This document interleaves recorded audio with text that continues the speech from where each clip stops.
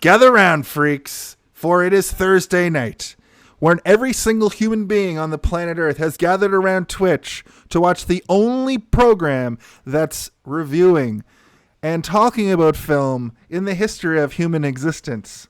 It is. Hey, did you see this one?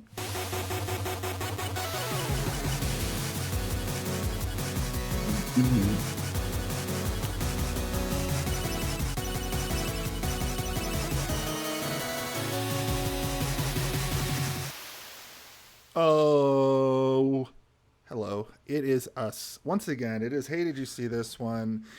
Welcome. Thursday nights. What can we say about them? There's lots to be said, especially when it's two dudes and a guest talking movies. It's December, so we've started a new theme because we are in the holiday spirit and in the giving mood. We've allowed the guests to pick the movies this month. It is Fan-Cember, the month where the films are chosen by the guests. I wanted it to be like, I do have a list of films that fans have picked, but I thought that maybe we just go with the guest picking the film, and then that way it's a little. Isn't that what you thought? It's what I was voluntold what we're doing by my illustrious co-host Steve. We kind of had a conversation about, I liked your thing better, which is rare because it's usually do what Jason wants. And speaking of what Jason wants,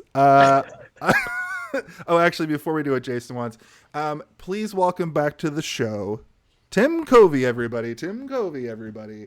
Tim Covey, everybody. Welcome back. Welcome back. We're gonna have to get you a robe like on SNL when they have the 4 Times Club. I think you get a robe, so we'll get you a robe. If you can get Steve to present it to me, that'd be perfect. Excellent. We'll get a robe that has. He's coming on in March for the spring grimoire. Yeah, we pretty much For the movie Roxanne. We pretty much have Tim slated in once a month going forward also. So look out for him. 3 of the worst movies we've ever done and the best movie we've ever done. This month, of course, is one of the worst we've ever done, in my opinion. We're going to talk about it. Steve's already accused me of being full of piss and vinegar. I've gotten into the spirit. I'm going to be the Simon Cowell this week, I think, unfortunately. With that, it is a little film, as you can see behind me, called Rock and Roll, an animated film from 1983, starring no names that I've ever heard of, but Catherine O'Hara is in it. And I read some trivia that Howie Mandel was supposed to play Stretch, but he moved to Los Angeles and became a big star. And there's Mock. Mock. I have some trivia about Mock. Yeah. I have some trivia that I found for this movie, actually, because I watched it on Amazon Prime and it's got that X-ray. So I went and plagiarized a bunch of trivia that I didn't fact check. So we'll get to that once we get to it. But yeah, speaking of doing what Jason wants to do, we do play a little game each and every week on social media where I'll put up a picture of the poster of the movie and I get people to guess it. And on Monday and Tuesday, I zoom out a little bit. And this week, basically nobody got it. But but that said, we did have a couple. That's so surprising. It's so surprising. A couple people did get it after I pretty much showed the whole poster. So this is the fan guessing game. Congratulations! You have successfully guessed the correct answer, which is the answer you provided. Congratulations! That's right. So Rock and Rule. We have 4 people that got it this week. And of course, one of them was Aaron Hurdle, friend of the show, fan of the show, and just knows every movie. And he, in the classic Aaron Hurdle way, has given some sci-fi quote that I don't get, but you guys might. And it is, the true delight is in the finding out rather than in the knowing. So I don't know if you recognize that from anything. It's familiar, but it's not ringing a bell. It is familiar, right? Like I even felt like that's from something. Jessica Fisher got it again. She doesn't really like to participate in these sorts of things, so she just said no comment. So thank you, Jessica. Very good. A friend of mine from way back in the day, Stephen George, got it. He wanted to actually promote his friend's YouTube page called Tarvold's Quest on YouTube. And the host of that channel is an old friend of mine as well, named Jesse. And he does like a video game trivia show, and he does Let's Plays. But the video game trivia show has seemed to take off a little bit, and it's a really interesting concept where he'll play like snippets of video game music, and then he has on 3 YouTubers, and the people that he's getting on are like slowly getting more and more famous. So all the best to him. That's really cool to see. He used to talk about like doing a YouTube channel like 10 years ago, so it's good to see him. And then a friend of mine from back in the day as well, Matt DeWolf, he just wanted to say the world needs more adult rotoscope and old school animated features, which, I agree with. The rotoscoping in this movie is used sparingly, but it is used very well. That has been Correct Movie Guesses. Yay. Congratulations. Congratulations. So I think I'm happy it was that many. Yeah. I thought it shocked was going to be none. I'm shocked that it was more than 0. That's true. Let's see. So I think we'll just move to our brief history. Do you guys want to talk about your brief history with this film? Something tells me it's going to be very brief. Mine is going to be brief. A brief history.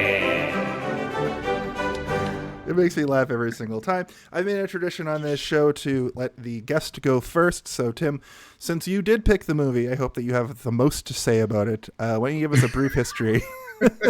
I got nothing to say. No, this was something that I actually, where other things, because this was a 1983 movie, so it's as old as me, but this was something I didn't really discover until mid-late 90s with things like Teletoon and Space Channel and stuff like that, where they would start airing this stuff. And because it was a Canadian movie, it was something that they had like immediate access to. It was like a CBC co-production with what would later become, I believe it was already Nirvana at the time, and they would do all sorts of stuff with CBC and Global and all that kind of stuff. So it was something that just kind of aired, and I think first time I saw it, I caught it in the middle of an airing, and it was like, what is this? And then eventually Teletoon would just air it again some Friday night, and then I managed to catch the whole thing, and then I learned more about it, and like, all these musicians are in it, what's going on, and then it just kind of grew from there. And then when the age of the internet sunk its teeth into all of us, that provided more and more information, and it just kind of became this morbid curiosity with this wild film, and that's more or less my history with it, and the obsession has kind of grown with time since then. Excellent. I am hoping that you're a bit of a wealth of knowledge about this, because I have some questions about the animation that I couldn't find from a little bit of research. I didn't go too deep, but we'll get to that. I'm glad that I did watch this movie because when I found it was Canadian, I kind of had that moment of like, how have I not seen this? But anyway, we'll get to that. Steve, your brief history. I have never seen this movie before. I did watch it 1.5 times this week, though, because the first time I watched it, I fell asleep. But I did, when I was a kid, I was the type of kid who would draw a lot, and I still do that to this day. But I was gifted a book. I think it was when I was at summer camp. They were giving out prizes for stuff, and you would get to go up and pick your prize, and this one prize didn't get picked, so they just gave it to me. And it was a book on the history of animation, and sort of like up and coming sort of the new wave of animation that was happening at the time in like the mid 90s, early 90s, or late 90s, I should say.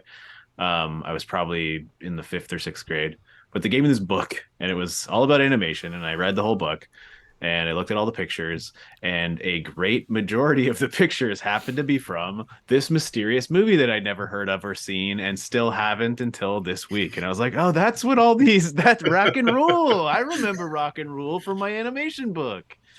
Um, and, the animation in this movie is not terrible. It's actually quite good at times, very good at times, I would argue.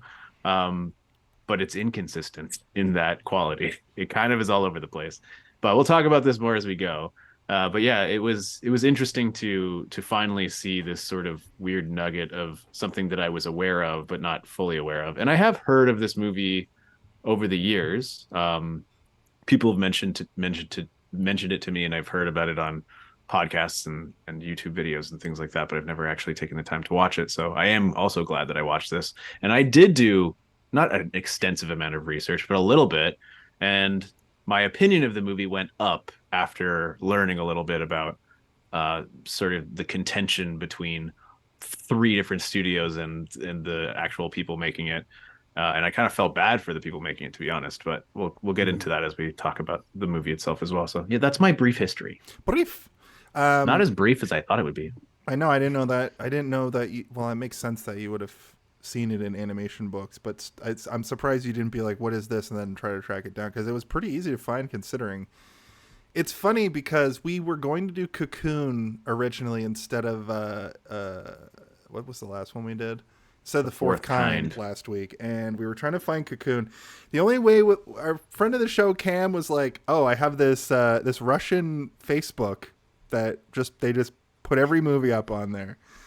And we were like, well, we could, me and Steve could get together and watch that. And then I was like, well, then our guest has to. So we scrapped it.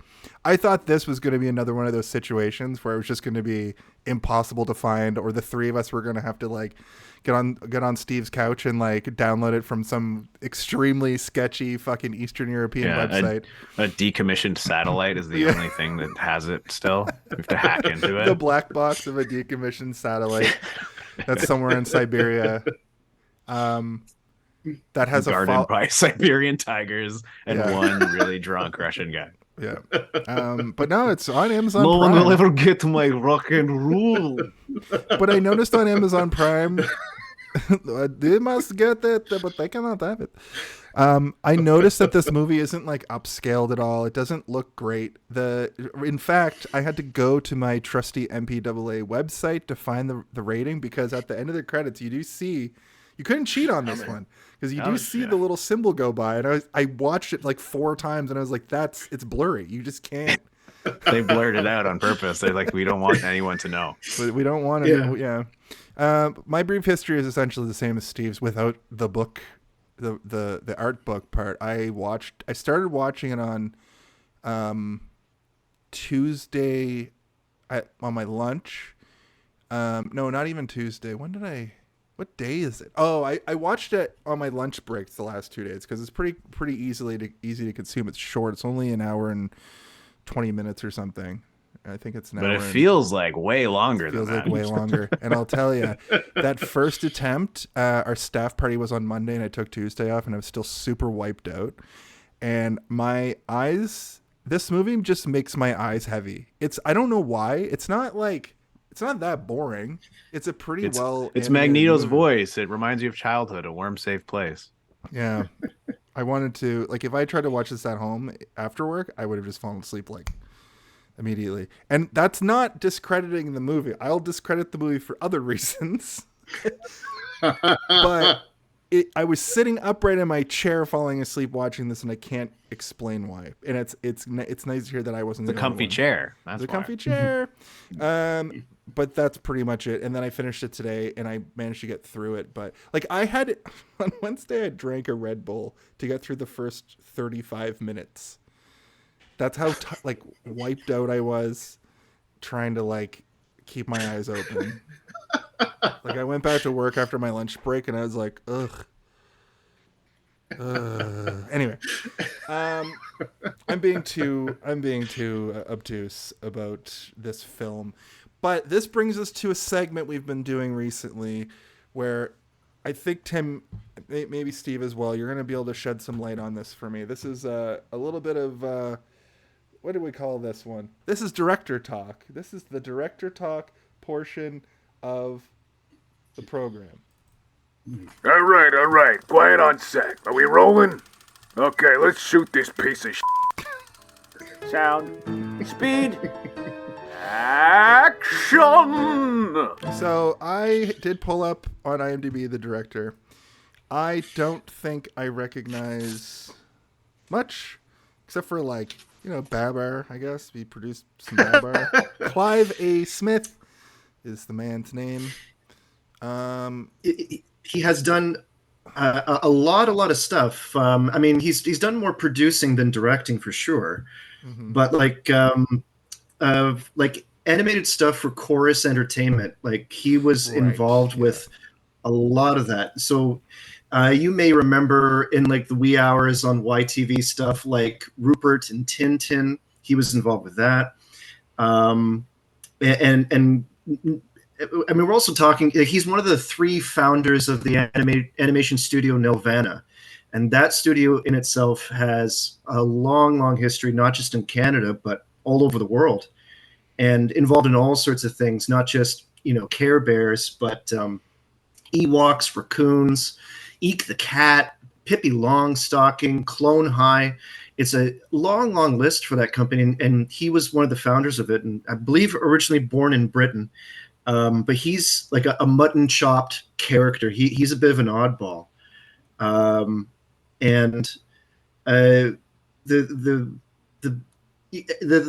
feeling I always get whenever I see interviews with him, and there's a lot, and he says a lot of far out things, is the moon is just a projection. Yeah, there is like you could just inch him towards a flat earther with not much effort, but I think he was getting a little exhausted with children's animation, and wanted to move on to something new. And so before this movie, there was the Cosmic Christmas show, which might be something that very few people remember at this point. It's something from 1976 or 77, and it's about 3 aliens coming to Earth and learning about Christmas from a little boy, and it's weird. But George Lucas saw that movie that he made and said, we're making the Star Wars holiday special. We want you to make the animated short in the holiday special. So it was him and the Nelvana team that made that holiday special with the first official reveal of Boba Fett and everything. Now, did they invent Boba Fett, or did they just get the script and the? And they didn't invent him. They just they took the character and. Oh yeah, it was an existing character at that point. Before he wasn't, but George Lucas wanted to reveal him in Empire Strikes Back, so they wanted to have sort of this runway to reveal him, kind of thing, right? Okay. Yeah, that's one. And actually, the guy who did. Sorry. I was just gonna say that's one of the trivia things that I had written down, that he technically introduced Boba Fett to the world with Nelvana. Oh yeah, had a helping hand with all that, and then after that, did the 2 animated series Droids and Ewoks, and was involved with that. I have both of those on DVD.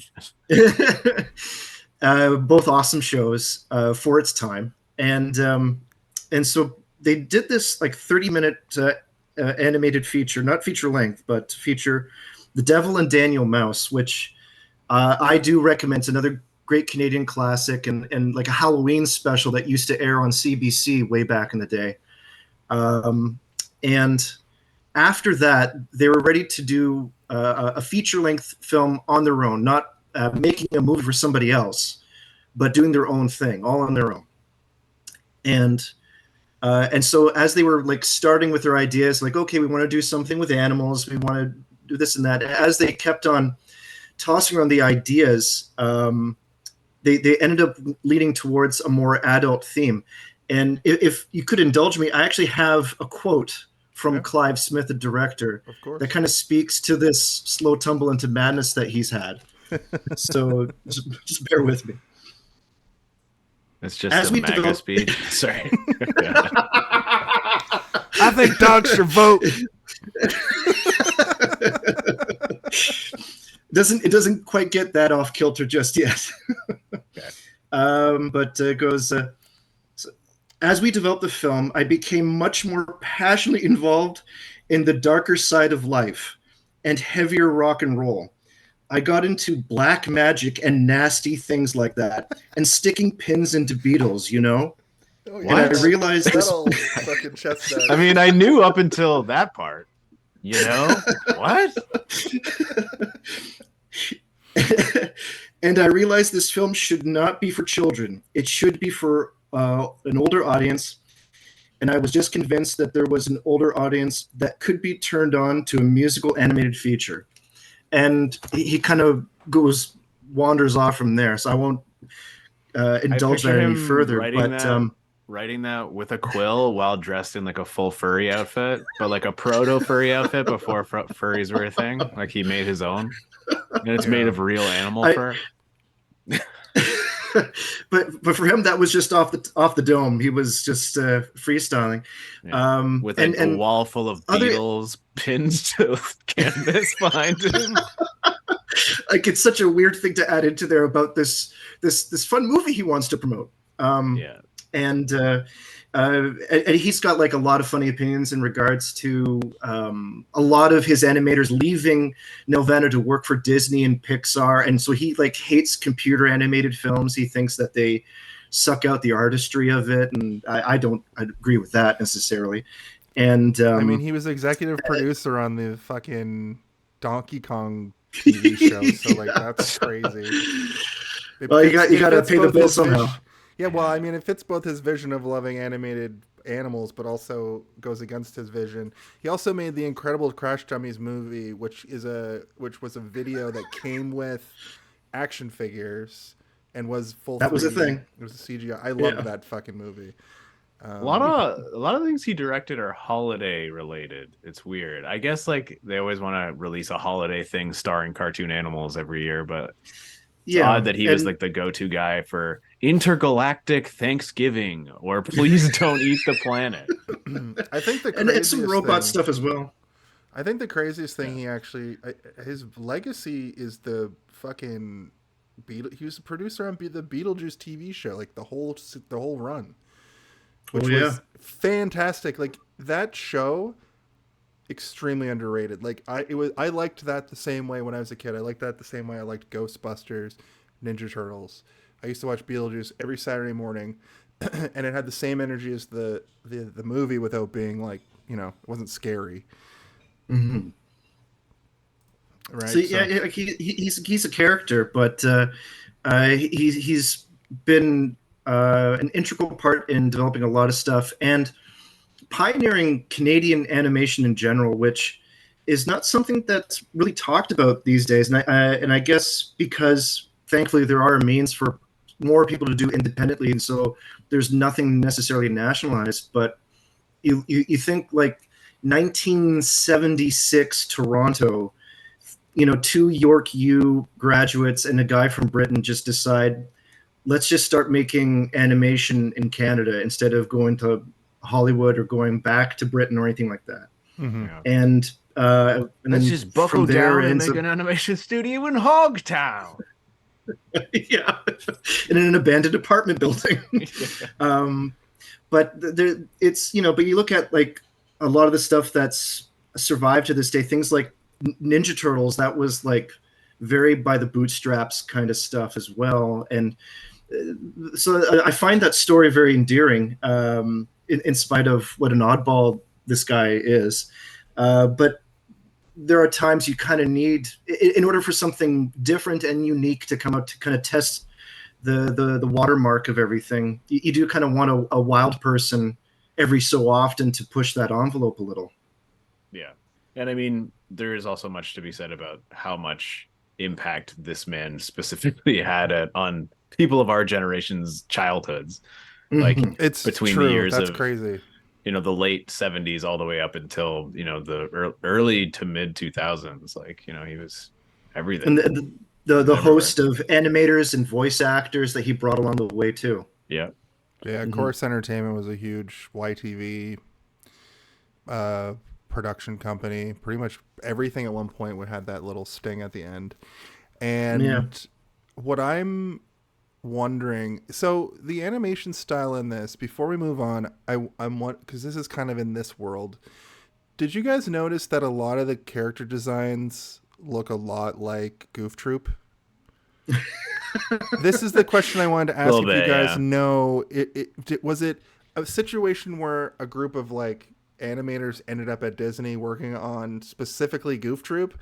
Because they look like some of like Alphonse or whatever his name is, the fat one, looks a lot like Petey, and the three goons, Zip, Toad, and Crust or whatever their names. I don't think it necessarily was a group of animators. I think it was just like there's only so many times you can make an anthropomorphized mouse person look a certain way, or right? And person, then it's like, are they dogs? I don't know what they're supposed to be. I think in this one there's specifically like the mutated rats left behind, but they also mention like street animals, but like they're very rodent like, but it's also non-specific. The mooks or whatever they're called, they're like don't they refer to themselves as dogs? And like Mock says like, yeah, dogs. It's like it's confusing. They're racist towards like mutated bugs. They're like, those mutants. I'm like, they're all mutants.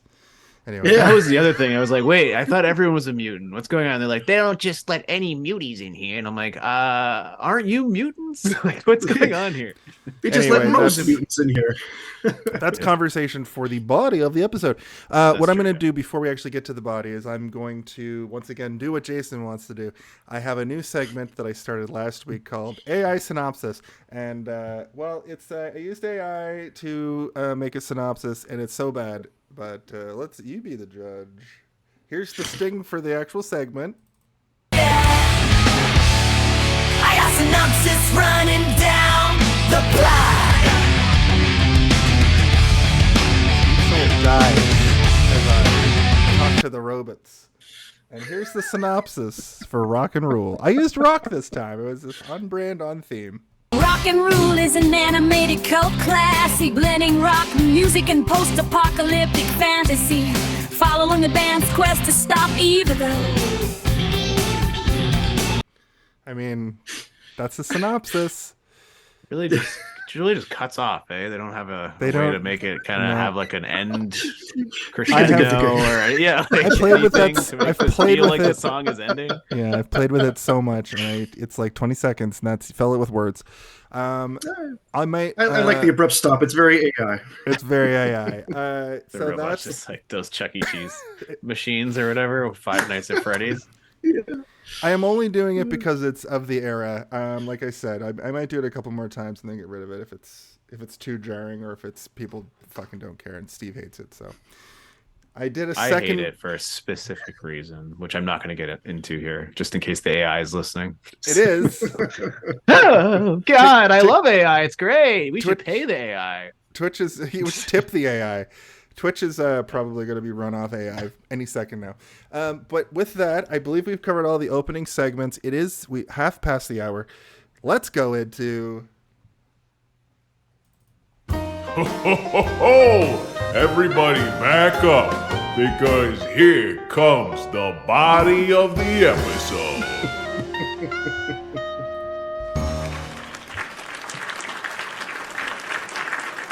Oh. Oh man, the body of the episode slipped on a banana peel.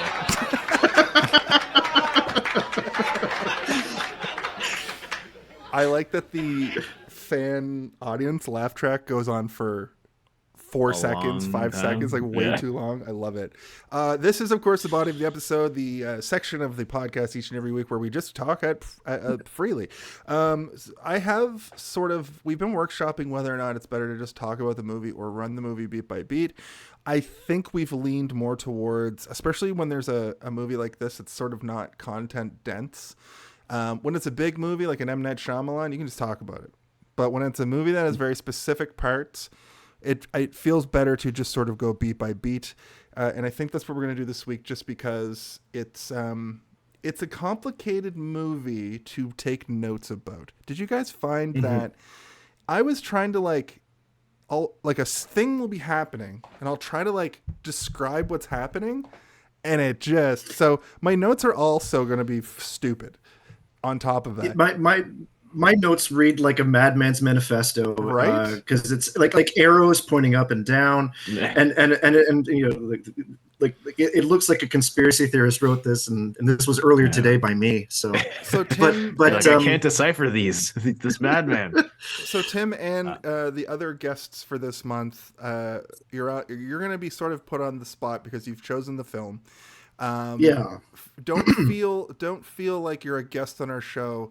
Feel more like you have to do the heavy lifting because you picked the movie. And this movie specifically, I'm going to need, because you have the insight of being familiar with the movie.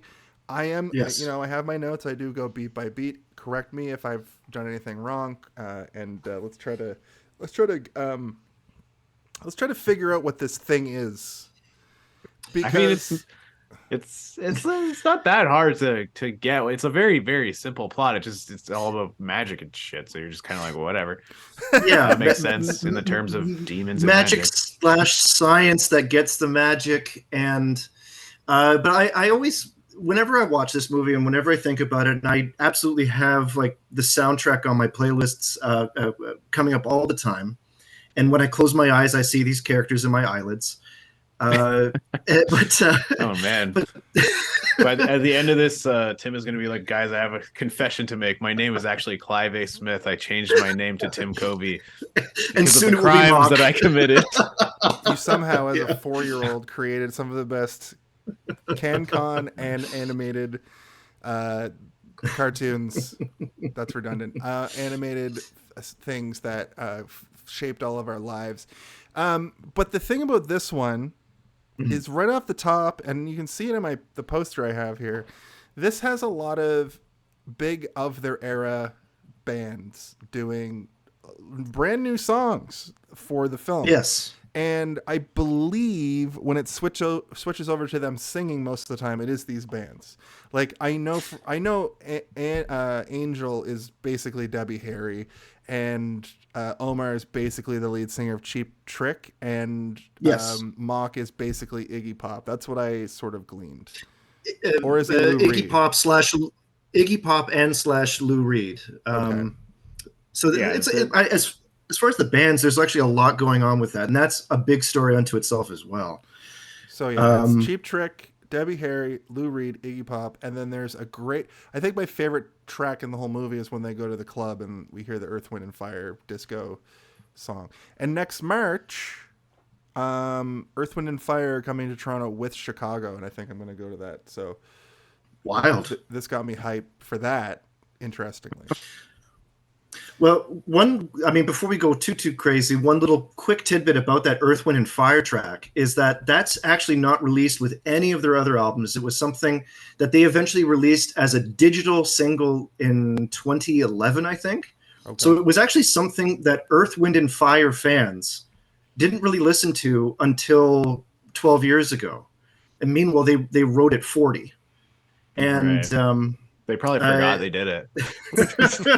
Yeah, but to talk, because I believe his name is Maurice White, is the lead singer of Earth, Wind, and Fire, I think. And in an interview with him, when he's talking about writing the song for this movie, he said, I wanted to come up with something that made people think of a dystopian future dance club. It's like, it sounds like an Earth, Wind, and Fire song, but anyway, a good one, but still. The aesthetic of the world is especially Nuke York City is basically Night City. Christ. From fucking. I know you. I hated the puns in this so much. Carnegie, I was like, can you stop this, please? But it's spelled like Carnage. It's like somebody on acid was like, "This is genius." Because there was somebody on acid saying this was genius. This movie is what you get when you combine acid and cocaine, and you can trust me on that. The thing about that whole sequence is that's probably what it was like to go to these clubs.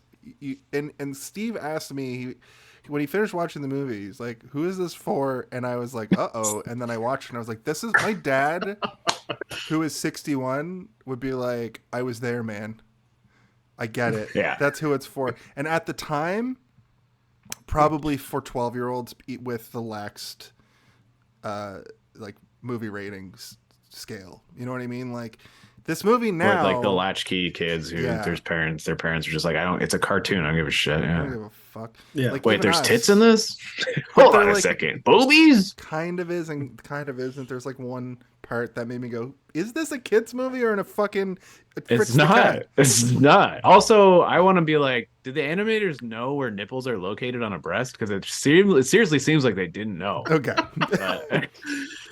But essentially, I was just gonna read my first note here. It's a future where animals mutate into, anthropomorphic humanoids, in a post-apocalyptic situation where I think humans died out in some sort of war. They explain it in World War III. III. A whole book of text at the beginning, and it's no, funny. it's a crawl, and it's just like super freaks are taking they over or whatever. Almost didn't put that in. They added And that to the world legendary super rocker Mock uses his magic to Yes. try and find a magical voice. He's looking for the And voice then, to like- activate his machine. Yeah, the war is Yeah. over is like what the first line is or whatever. It's just like a Star Wars crawl, but it also has a narrator, which I'm like, do you think we don't know how to read? If you're gonna do a narrator, then just narrate and show some animated stuff. But you don't need to have an animated text crawl and somebody reading it for us. That was offensive. So this world's run on record sales, is what it seems like. I guess so. It- Yeah. Yeah, he's trying to make like the ultimate concert. It's not really openly stated because it's admittedly a lot of the editing and overlapping dialogue makes this a little difficult to follow at times. And they skip over stuff and make just to have you expect whatever. We'll just explain it in 2 sentences. Like we'll talk about when we get to it, but I just want to say that the thing I hate about this movie the most is probably 2 very specific scenes. And one is the Carnegie Hall show that they skip over completely in a very South Park episode. You know the South Park episode I talked about it a couple weeks ago where it's supposed to be like a Lord of the Rings battle happening, but it's just 2 guys on a wall explaining what they're seeing, and the joke is that they didn't have the budget to animate it. And the other one is where Mock is ripping apart his room and it just goes black and then a light shines on him and he's like, "She freaked out." I was like, if they had a higher production budget, they could have shown a little bit of it at least. Yeah. But they blew the load, so to speak, on the fucking rotoscope, clearly. It's because another thing too, and this is something that all the people involved have absolutely owned up to, is that they were kind of making up this movie as they went along. Yeah, because I have that as one of my trivias too. and you can imagine some of the ideas that they were working with and then dumping along the way. One of the things that I do enjoy about this movie is the fact that it even got made, that it even got to that point. And so, yeah, as it's like setting up this universe, it's not the greatest. And it's mostly, I find in my impression of the film, they're just trying to chase this rock opera feel. And that was a big deal at that time. And you look at like other movies from other beginning filmmakers for things like Phantom of the Paradise and stuff like that, where it's these weird ideas and it's more concept over structure by far. Right. And you see characters like Mock who are like, absolutely this is inspired by like David Bowie and glam rock and iconic 70s rock stuff. Interesting you should say that, because Mock was actually, they had some pretty big stars in mind for him. They had David Bowie, Michael Jackson, Mick Jagger considered, and also for a moment I thought it was Tim Curry, and it turns out they actually had Tim Curry in mind for this role.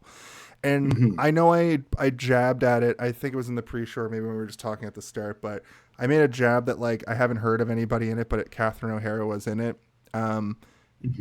Are any of these people like known voice actors? It's not really my world. The guy who did Magneto. Well, I know that. It's Magneto. I found out when you said that. He's Magneto. Mock is Magneto.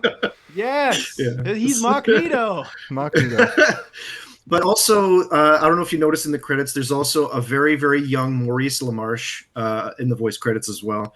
And he plays like guard number 2 or something like that. But still, like, there's a lot of people who were working at that time and other people who were starting their careers on this. And for the most part, a lot of the voice actors, they end up kind of continuing on with Nelvana with other children's shows after this. So you don't really see them pop up in anything that would stand out to you now. Like it would be, you know, the equivalent of Backyardigans back then and stuff like that.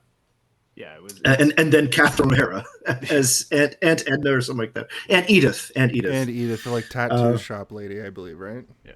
Yeah. I don't think this was at the height of Catherine O'Hara's career either. No, she was on SCTV. It was like just starting SCTV as well. Like this is early, like that's an early to late 80s show. So she was just starting out. But the thing is like this is the first voice acting role she ever had, and she's been in a billion things, including Nightmare Before Christmas, which is an iconic role of hers. So I think that's great. I love her.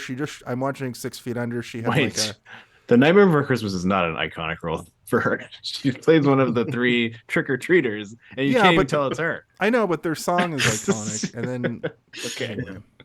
And Paul Rubens and fucking Danny Elfman. But anyway, my point is like I like her, and I like to see her roots. And SCTV was one of my favorite shows. I'm watching 6 Feet In right now, where a lot of people are getting their start on that show, and she shows up for like half a season, and you know she's just great. Classic Canadian.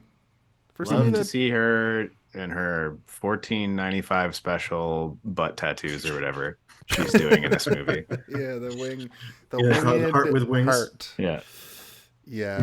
At this point in the film, we meet Mock. We don't know his name yet. He's just a record executive. This is another thing that bugs me, is that they just spent a good 2 minutes explaining with their crawl and their narrator, and then Mock proceeds to then explain it to us again. Like, okay, Mock, we just heard this from the narrator. Yeah, I was listening to our Friday the 13th Part 2 episode today, and a similar thing happens where they recap the whole movie, and then the kids around the campfire explain the whole previous plot, and it's so 80s thought that we were all just so dumb, like more so than they do now.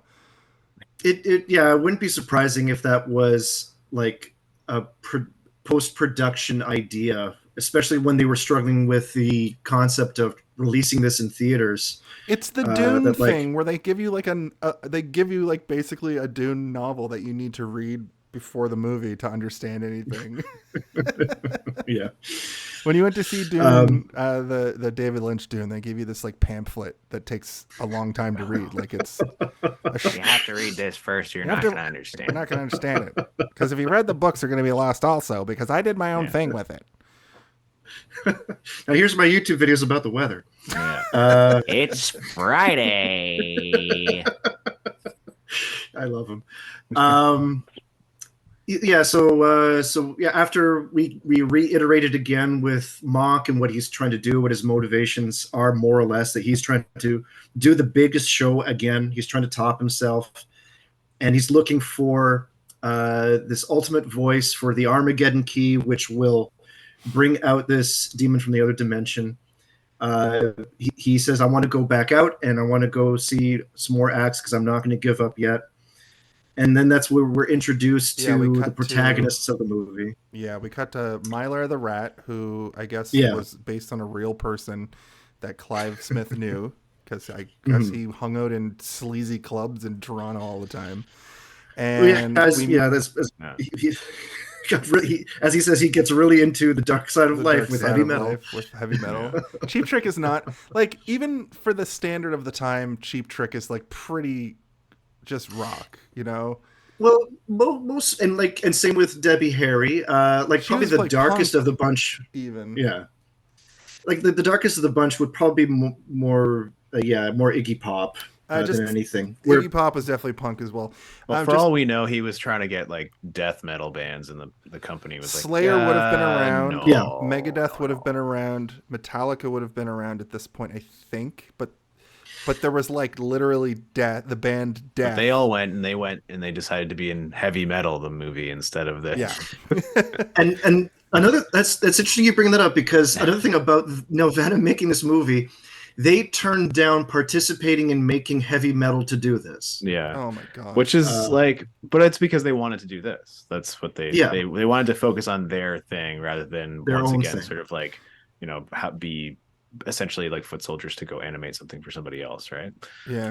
But they probably should have figured out the script before starting to animate, I guess. This is a You very kind of need blueprints to build a house, but anyway. This is a very specific kind of movie that like my friend Matt DeWolf, who got the movie like immediately, he came from the punk scene when we were growing up, and it makes sense that he would have seen that and got inspired by it as a young kid. And those are probably the people that like loved this movie, and it probably thrust them into this kind of music at a young age. So it's for becoming very young and getting pushed into like these new genres of music.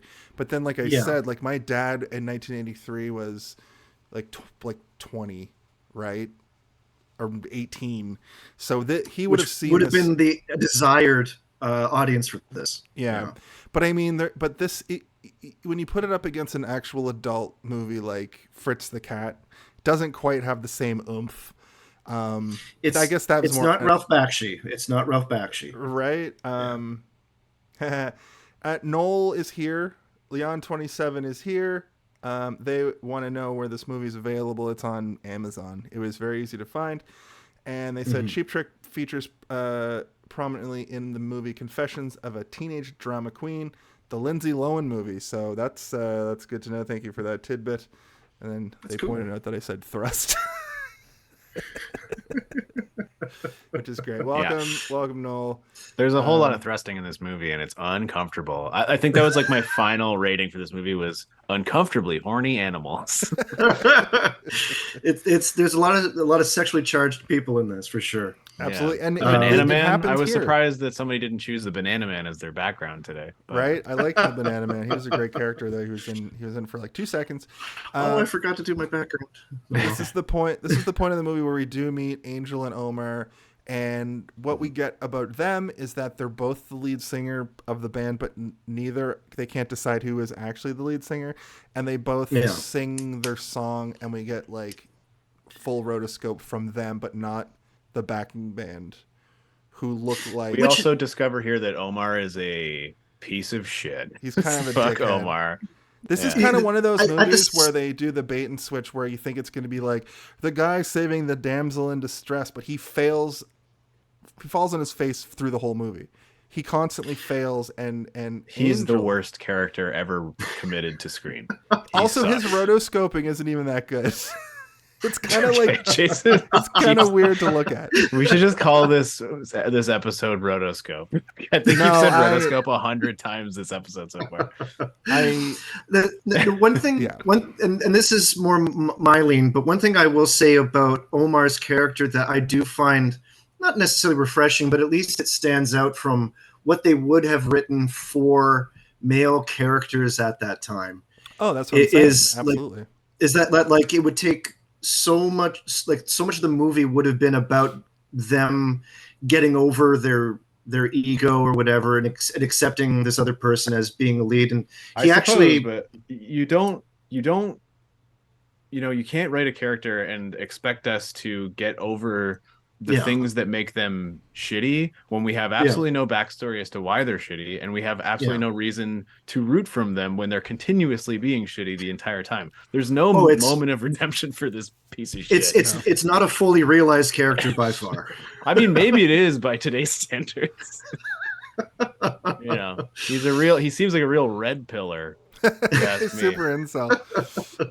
But the funny part about this part too is that they're halfway through a song, even though there's only like one person in the audience, they just stop the song And then Omar's like, no, sorry, Angel's like, let me play my song after they play the Cheap Trick, and then she sings her bit, and then and he says no and then, leaves while she's performing. But then Mock comes in for that part, and the sleazy announcer guy recommends this band because Mock's looking for that special voice, which we find out at the beginning. Tall F. Tompkins.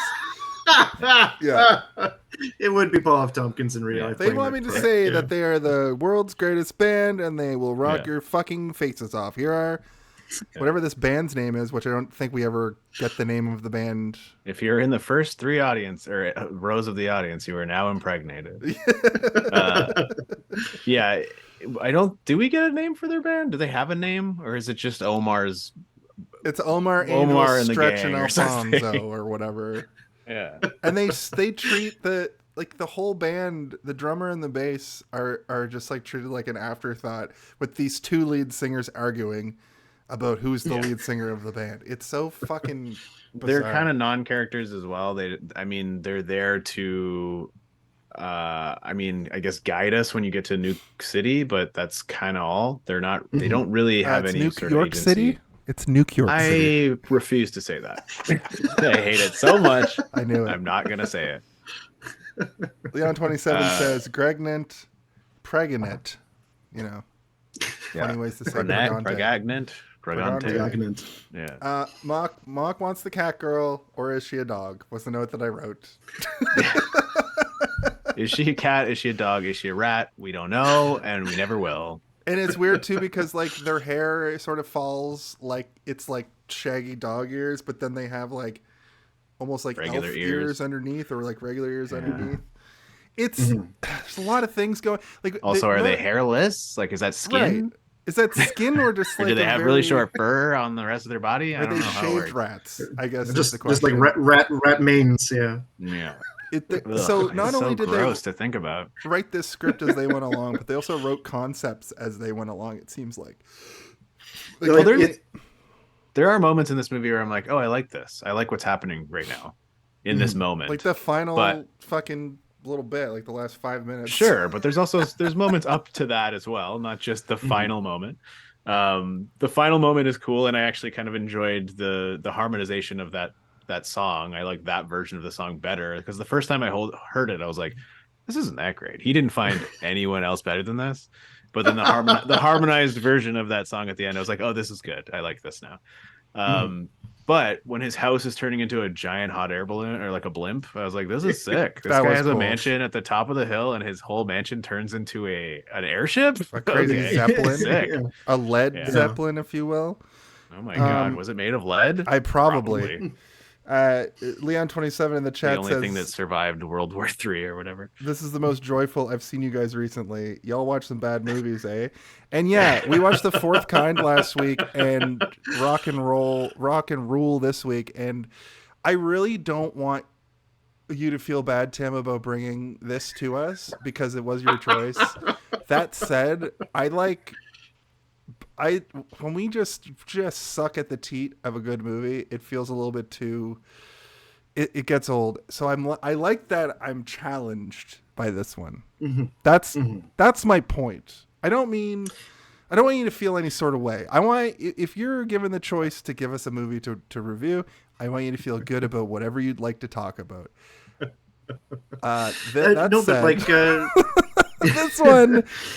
Oh, and I am honest about this movie because it is not for everybody, and like granted, when I was, because another thing too is and this is kind of when I think about this movie, I also think about nostalgia glasses, where the kind of person I was walking into this versus how I am now. Would I be able to, for the first time, stay awake for this movie? It's absolutely interesting. You should say that. And I think Steve will agree with this, where if we had all seen this movie when we were 9, we would have been... I would have been scared of it. I would have been like, oh, boobies! Oh, God! That, or like... Oh, God!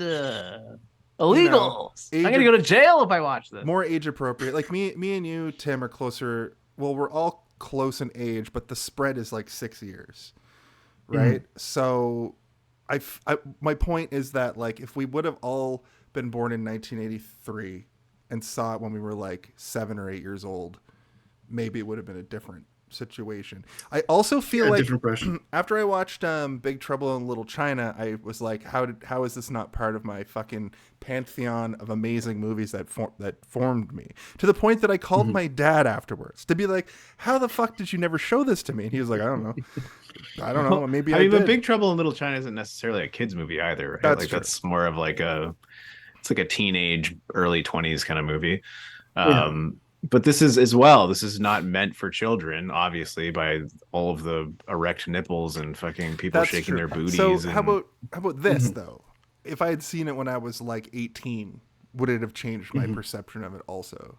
Like if I had just downloaded this off internet in the early days of torrenting and would it be like my favorite shit? And I'd Internet, provide rock and rule, please. Please clarify rock and rule.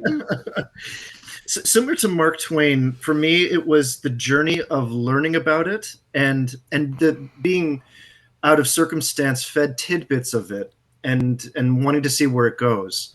It was like, for example, Dark Crystal. When I first saw it, it was a VHS recording off of TV.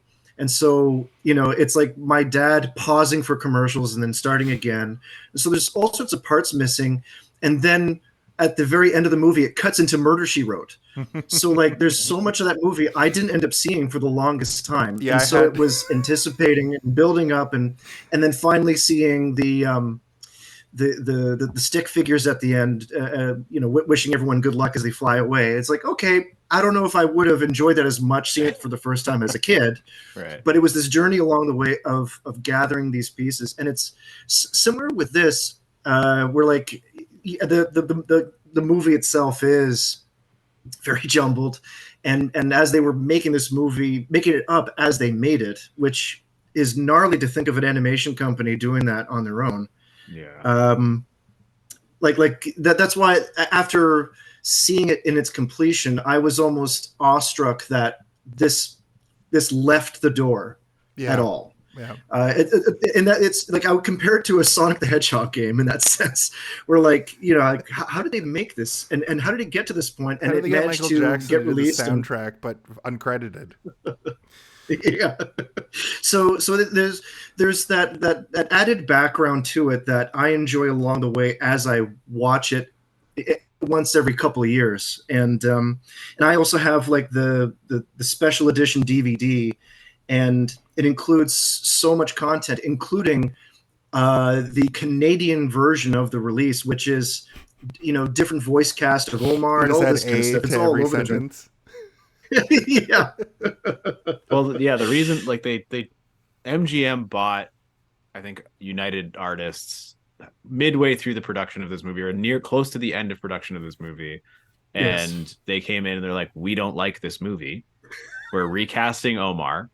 We're going to hack the shit out of it and we're going to chop it up to how we want it to be. And we're not going to release it in more than like 14 theaters across America or something crazy. Like it was like they didn't release it at all. Like, yeah, like $8,000 on an $8 million budget. I for everything said and done, internationally they say, but I mean, like it was, as you say, like a handful of theaters.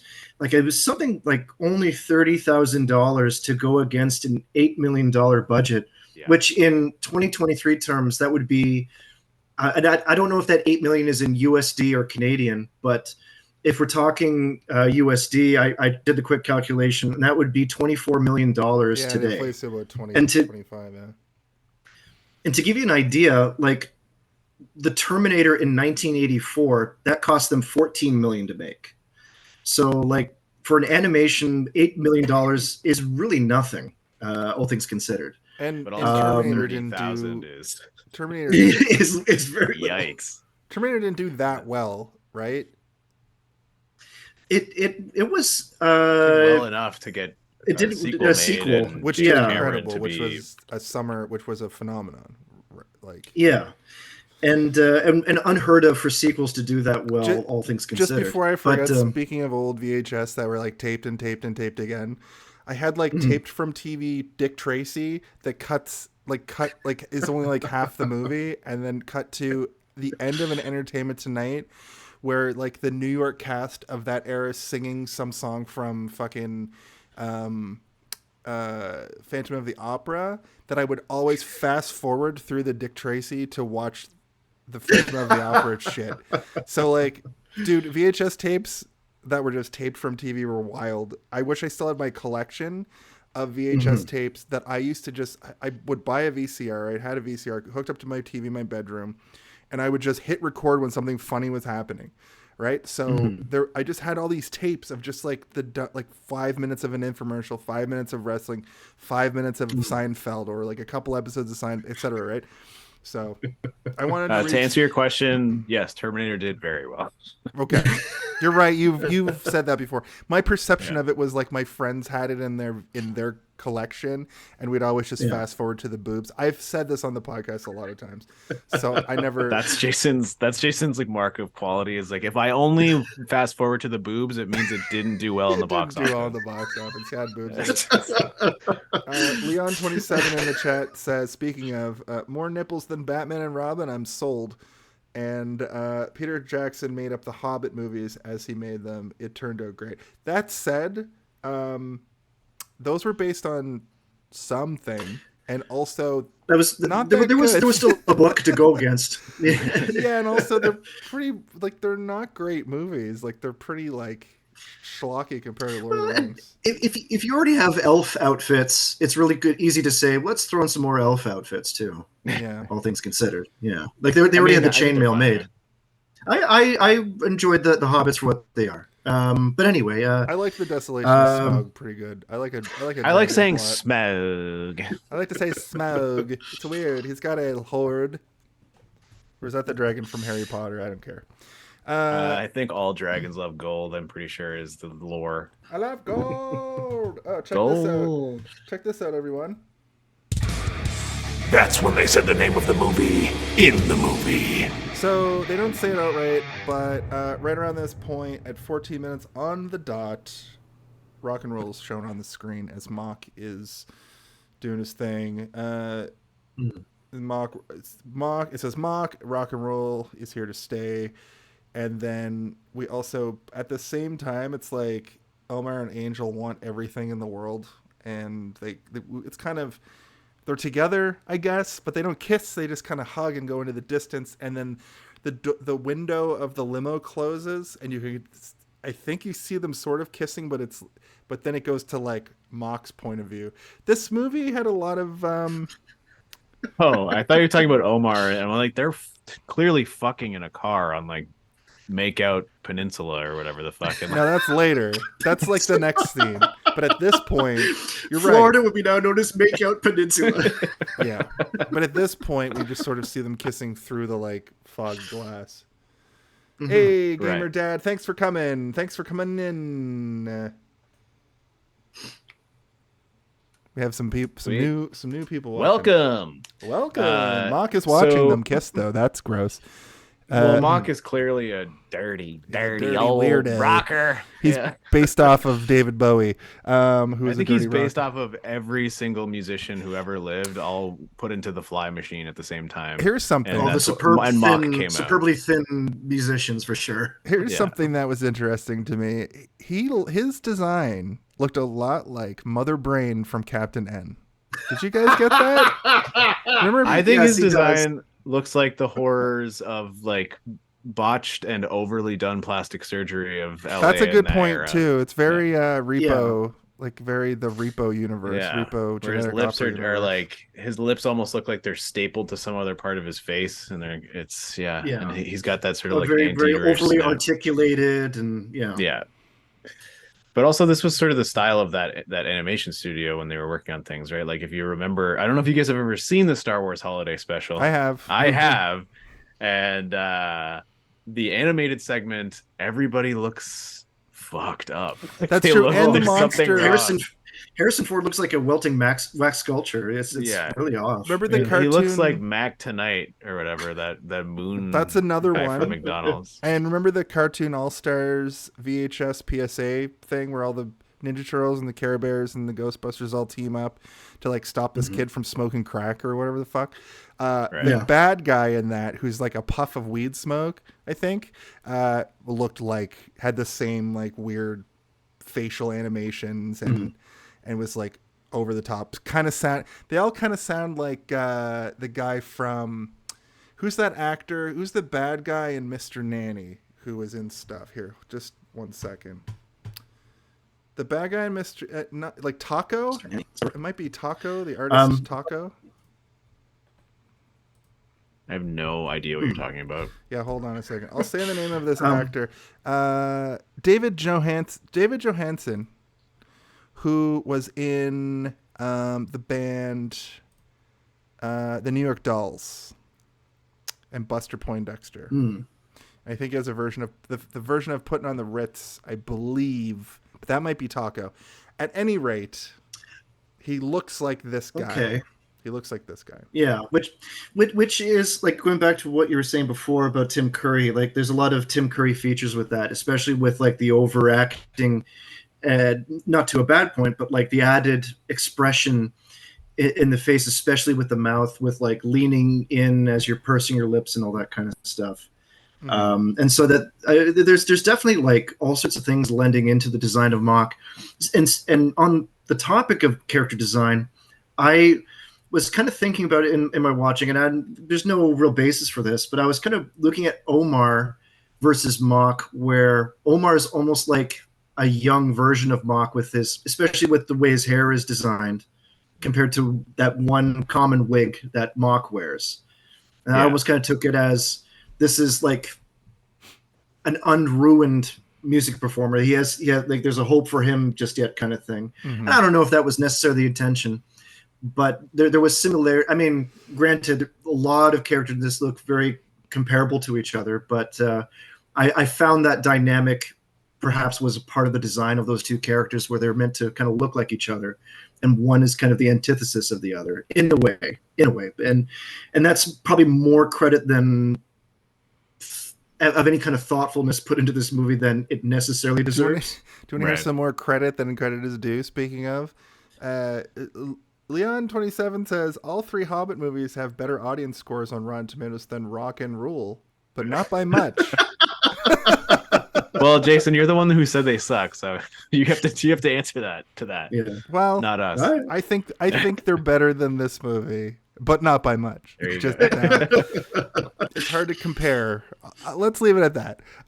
At this point, I mean, they're completely different, but we could spend another hour if we want to talk about the similarities between this and the 3 and the 5 armies or whatever the fuck it's called. We mentioned this a little bit ago, but they do get to Thunder Row. We get an animated version of a car that should say "Don't come a rockin'." It's bouncing up and down. One of the cars is rocking. Yeah. Omar and Angel are just getting it on, and then one of the big weirdos comes, so they go to Mock's. And it's a giant foreboding mansion. All of his ghouls look the same. They all have very... because they're brothers. They're 3 brothers. They're Yeah, Ziggy, Piggy, and Slippy Toad, or whatever. I can't... Toad, Zip, and Ziggy is something one like that. They kind of remind me of the 3 bank robbers from DuckTales in a way. Yeah, I can see that. Yeah, who have like similarly like rhymey names like Huey, Dewey, and Louie. I don't understand why them and their, I guess, sister, are they twins or are they just brothers? I don't know. It's not really explained, but they have a sister as well. She's Cinderella also was played for like laughs, but kind of into it. We'll get to her when we get to her. Omar does a little, who's on first bit where he keeps calling them Mock, and they're like, we're not Mock. When we get introduced to the third freak goon, it also, this is the part where I was like, this shit looks like a Saturday morning cartoon, which was kind of a redeeming, endearing thing about this thing. I made a note earlier too, and we talked about it a little bit, but like, I know that you can only draw an anthropomorphic dog so many times, but honestly, there are moments that, like you said, like these 3 goons look a lot like those DuckTales. Like there's a lot of Disney. Well, these things all existed at the same time, so all these artists are copying off each other. That's why cartoons go through these well, cartoons in general go through these waves, right? Where like there are animators that are not necessarily just stealing from each other, but they're emulating things that are doing well because they're doing well, right? They're like, well, people like the look of this, so ultimately the person in charge is like, I want you to make it look like this because that's what all the kids like right now. So let's do that. So you can even see it in like Adventure Time versus Rick and Morty, like those two things have a very similar art style. And it's these artists, these animators, they all know each other. They all run in the same circles. They're all part of the same industry. True. So like and went to the same school. Yeah, they went to the same school, so they all know each other. So I would say Adventure Time has its own with like Brickleberry and the one with the bird and the okay, bird. I was using that as a very loose example. Rick and Morty. I know what you're saying, but I can see the evolution between the two, because like especially if we're talking Nickelodeon, right? And which is something that also conjoins with Nelvana, but you're both right in a way in the regard of these shared imageries, these shared art styles. 300 animators worked on this, so yeah, and which is shortchanged compared to nowadays, where it's like 10,000 animators worked on Captain America 6 or one computer. Worked on Wish. Like 300 people made his eyebrows. It's like it's. But yeah, and that's the thing is like it's a very tight knit community at that time, especially if we're talking Canadian anyway. But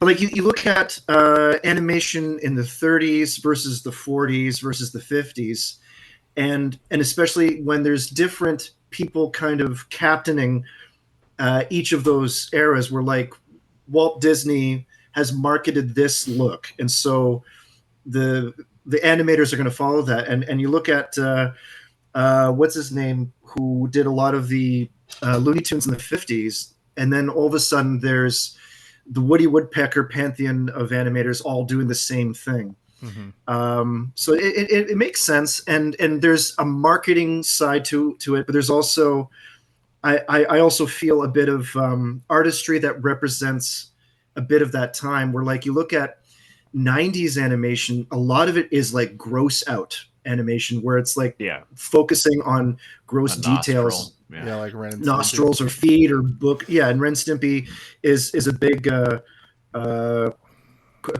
tent pole for that, even though the guy who ran that is a dirtbag. He sucks. But like the guys who made SpongeBob sort of used that same not style, but a similar analog to that of animation. It's that extreme close up. Yeah, it's a sensibility that, and a comedic thing, right? Where it's like, if we cut to this for this long, for this exact amount of time at this level of detail, it will be funny. It will gross you out, but you're going to laugh at like a paper clip in someone's brain when they're looking through like their ear hole or something, And you're like, oh my God. With so much earwax and like a rock and a, Yeah, and like a fly moving around.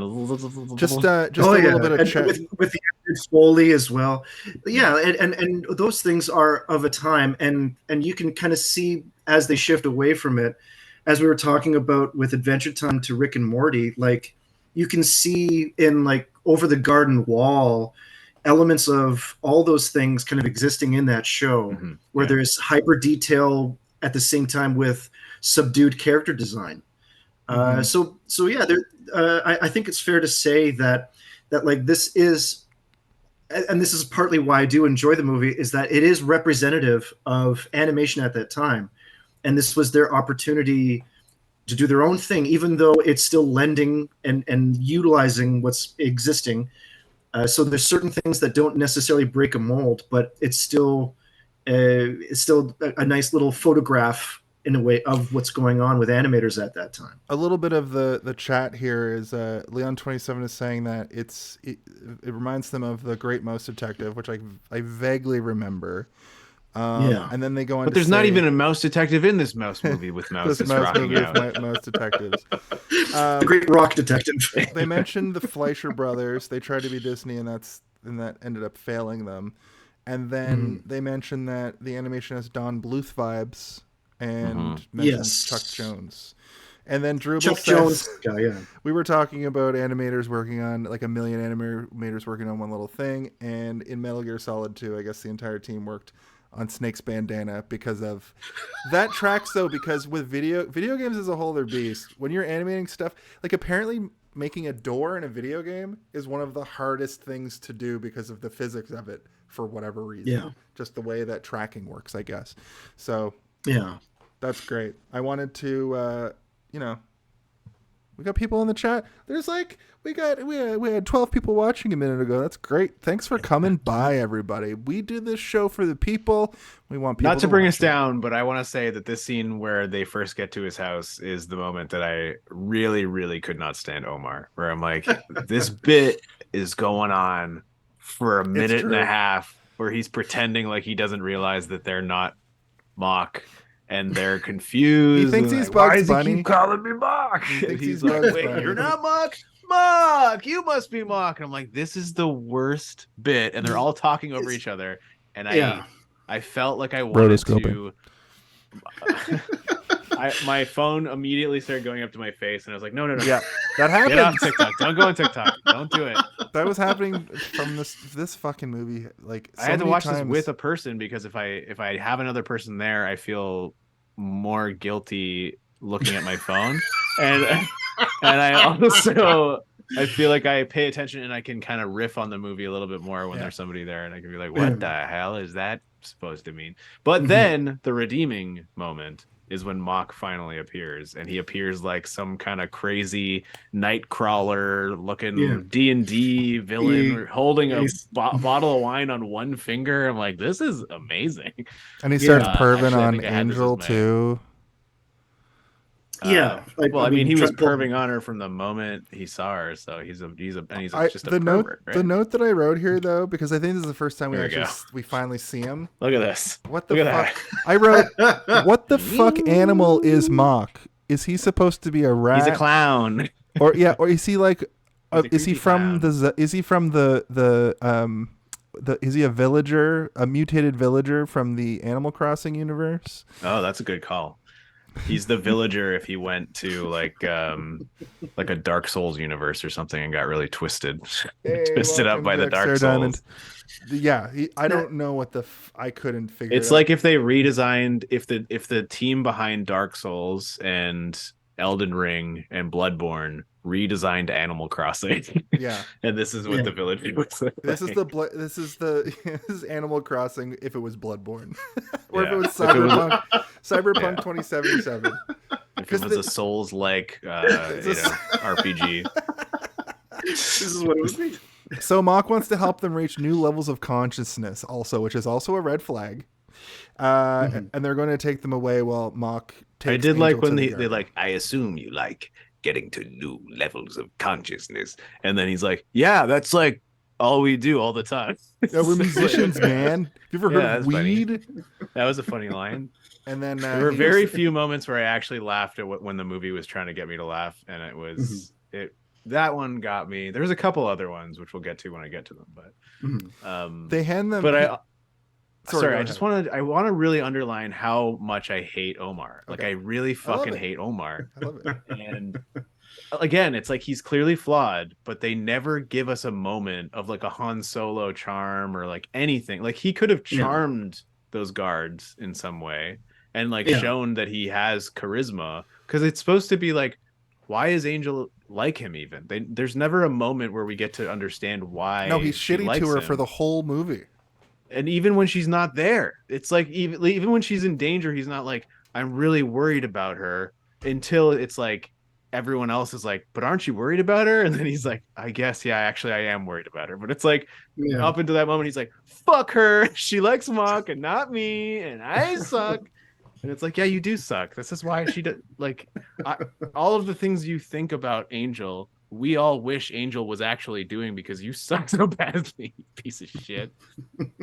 Anyway, Omar sucks, and he's irredeemable up until the last moment when he finally decides to join her in her song and harmonizes with her perfectly. And I'm like, okay, now I understand their hearts are one, and that's why she likes him. And that's also a bad message at the end of the day. It's You're like, also ugh. something I dislike about You this gotta movie is love the how- person who loves you because your hearts are meant for each other, but also he can still be shit at you whenever he wants, and you just Yeah. have to remember that he loves you, and it's hard. It's the telegraphing in this movie that makes me crazy, where it's just so basic. But it's an old movie, I guess.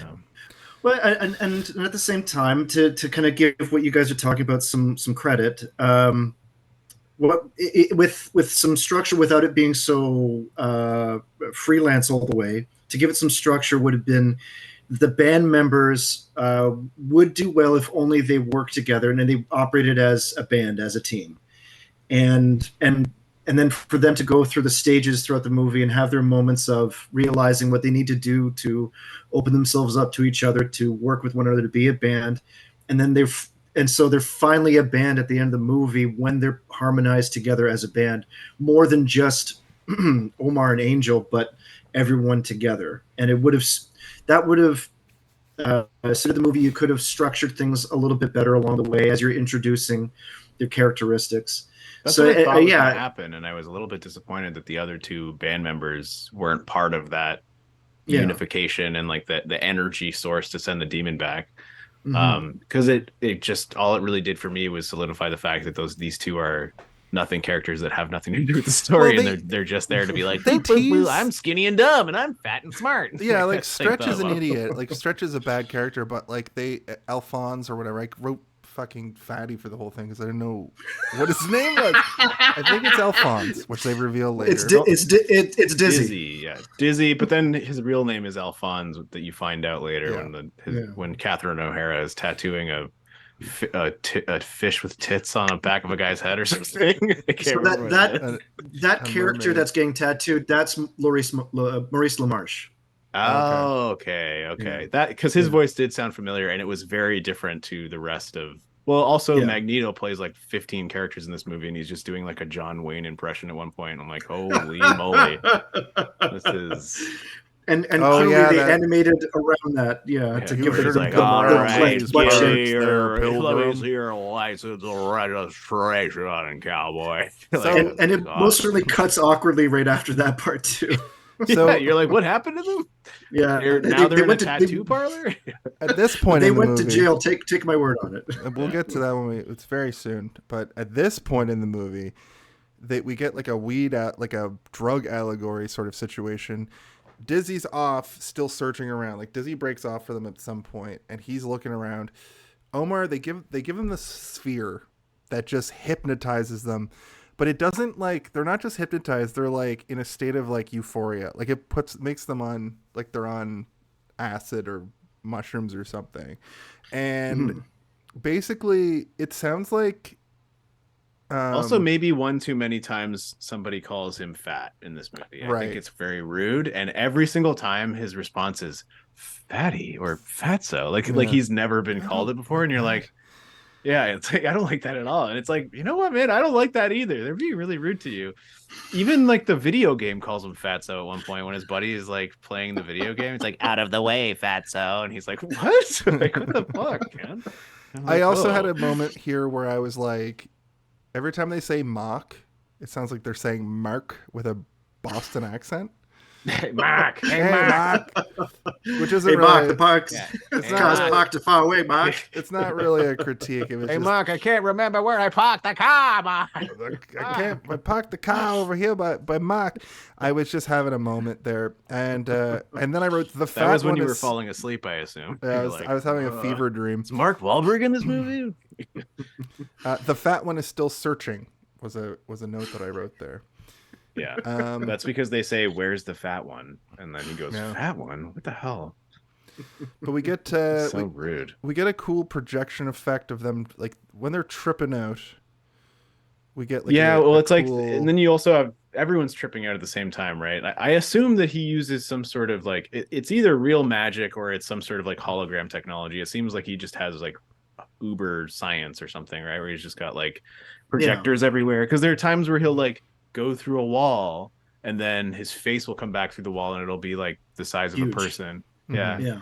And it's trippy and cool, but at the same time, you're like, what? Why did that happen?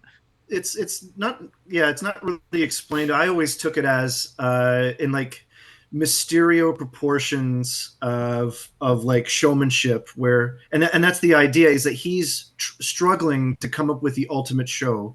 He's trying to top himself without going stagnant.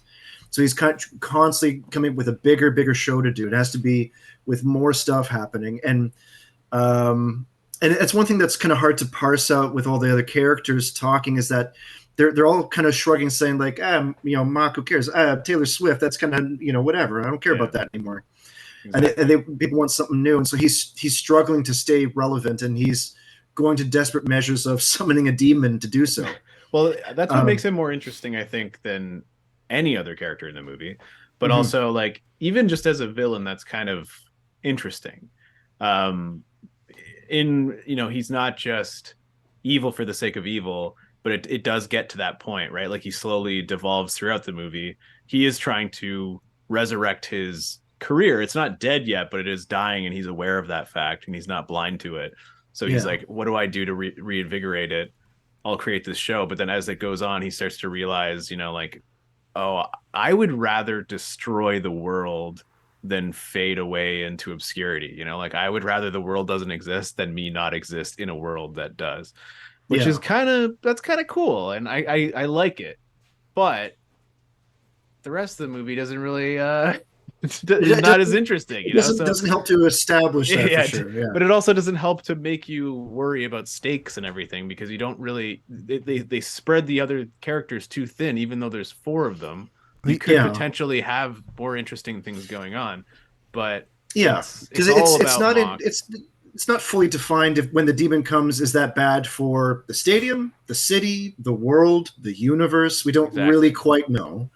It's just in very broad terms, because like as I watched this movie today, I was actually thinking about concept albums. That was like a big thing in the late 70s and early 80s. Like this was like a kind of like a long music video that, like, just sort of, not to cut you off, but the thing that happens a lot of times with famous bands is they don't necessarily get a movie about them, unless it's like the Spice Girls. They'll get a movie that they're heavily featured in. And Cheap Trick was a massive band in the late 70s, early 80s, right? This is like the Cheap Trick, Debbie Harry. What are you laughing about? Somebody in the chat wrote something funny. Oh, okay. I was going to get... Somebody wrote, I'm going to guess that the man on the top is the father, the man on the top right is the uncle, and the bottom is the son. Referring to the 3 of us. After they asked, hey, do you guys read chat? And Leon's like, they do. And then he's like, epic. So funny. First shed, at least chops. I'm your son. Yeah. Yay. I'm a baby. This is an evolution. We're an evolution, I guess. Yeah, we're 3 evolutions of the same like egg that turns into a wizard. We're the worst. We're the worst Pokemon ever. I don't even want to know what her name would be. But no, you're saying. No, it's about, thanks, Frershaw. That's funny. That's good shit. But anyway, we're talking about concept albums and such. This reminds me of the movie. Have you seen Eat the Rich with where Motorhead are just in it, doing songs throughout? But I know what you're talking about. I haven't seen it though. This is what that reminded me of. This is like the Cheap Trick, Debbie Harry sort of movie, because they were both similarly famous at a similar time. It's kind of punk rock to do this sort of thing. And Clive Smith clearly was like, you know what? I think my favorite metal band, Cheap Trick. So we're going to make this centered around. Yeah. Like most certainly and it's I actually do really like all the music in this movie. I actually really, really enjoy a lot. And the opening song with Cheap Trick actually is one of my more favorite in the movie, as is like the Iggy Pop one at the end. Yeah, I really like the Iggy Pop song too. Is that the mock song when he's like, "I'm mock, get a mop." That's Lou Reed. I can't remember. Oh. Yeah, my name is Mock. Thanks a lot. Yeah, that's Lou Reed from Velvet Underground.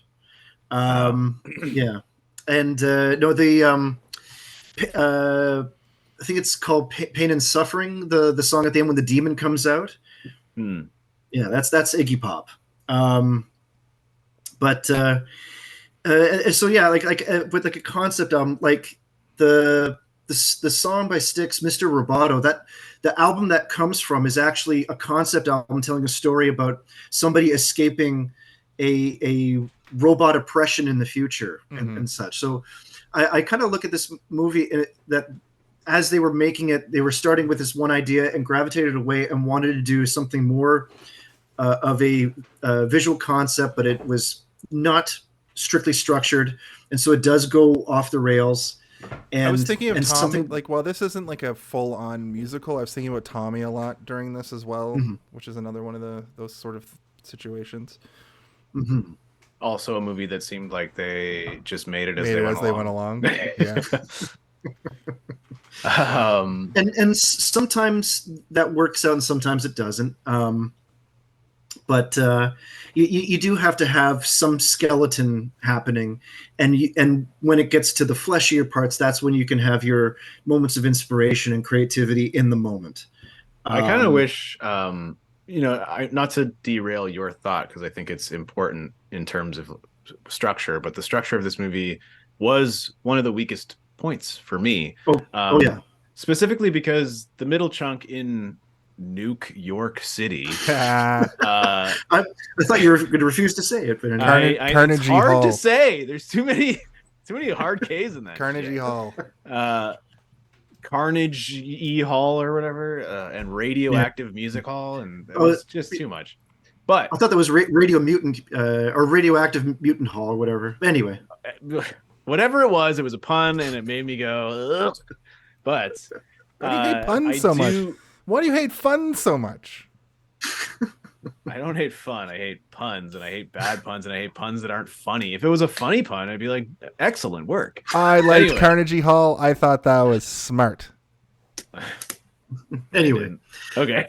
Anyway, yeah. So the entire segment of Nuke York City doesn't serve a purpose other than to like get them away from the other environment for a little bit.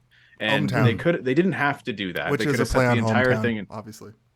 But I think the only reason they wanted to do that was because they liked the line "Home Sweet Home." They're like, we got to have this line in there. We got to get them out of there. But like, I would have liked if they had to go to like where the nuclear bombs went off or something, like somewhere where there's all this like raw radioactive energy that they need to tap into for their rock and rule powers to come out, rather than just go back to the other town. Because it all it did was like they moved here, then they moved back there, and nothing really significant happened in either place. They got Smeagol to show up at one point to wear a mask. They got they had a female version of the dumb guards who was just like another dumb guard, but I guess she was a little more fun. For a moment I was gonna be like, she has rollerblades, and then I forgot they all have rollerblades for some unexplained reason. They just love rollerblading. I don't know, it's just easier to get around, I guess. It's a family tradition. To fight people though. Yeah, it's a family. They're born. That's actually a mutation. They're born. That's just their feet.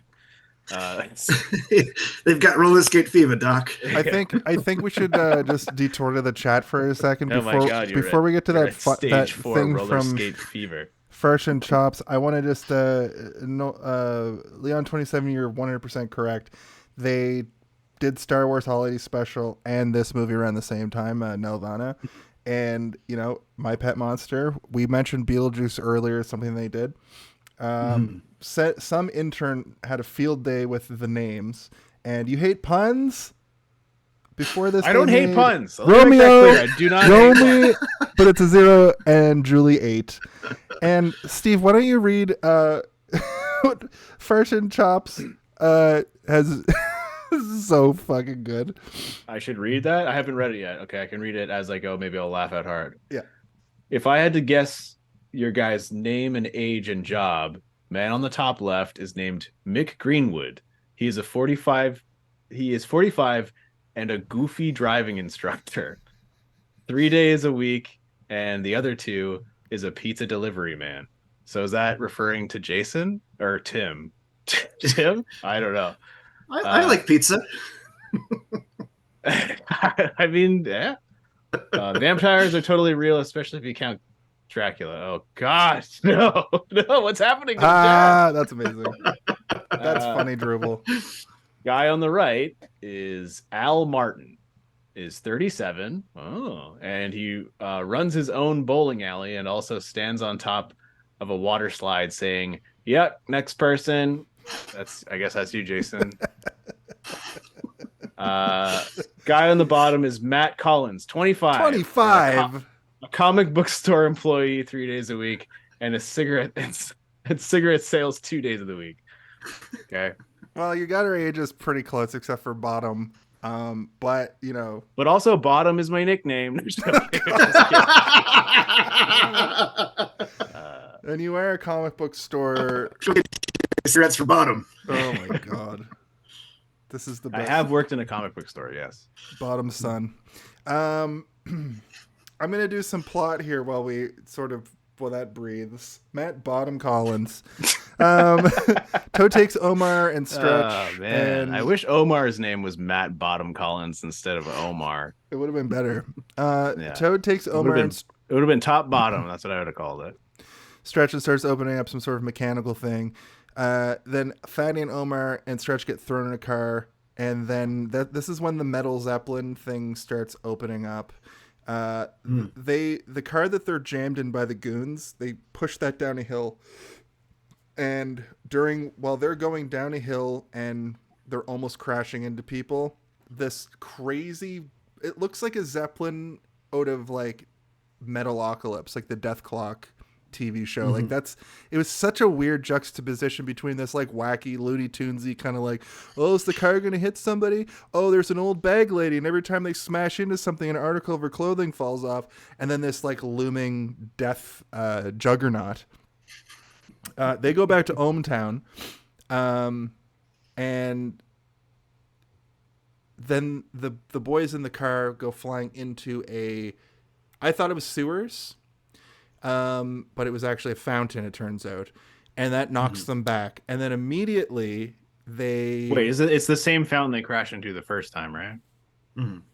No, this is the first time they crash into the fountain. This is they before crash they in go. The fountain. This is before they go to Nuketown. Are we still not at Nuketown yet? We're not at Nuketown sorry. yet. Sorry, Mock is taking Angel to Nuketown. They're in the fountain, and this is when the cop gag starts, which I think is this is my favorite gag in the movie, because this is the most changeable. Because you love that cop's booty. Did you see that booty on that cop? Holy moly! Great booty. The police seems to know them, like they know each other, and they get a bathing felony, which I thought was dumb. They're going to be taken to prison, but nope, they just steal the cop car. Wait, and you drive thought away. the jokes the cop was telling were dumb jokes? They were all so good. Almost as good as that cake. Oh my god. No, but I think stealing the cop car was hilarious. I laughed at that. And then we just get some shots of them traveling through the countryside over to Nuketown from ohmTown. After on the stealing light his bridge and all car, that.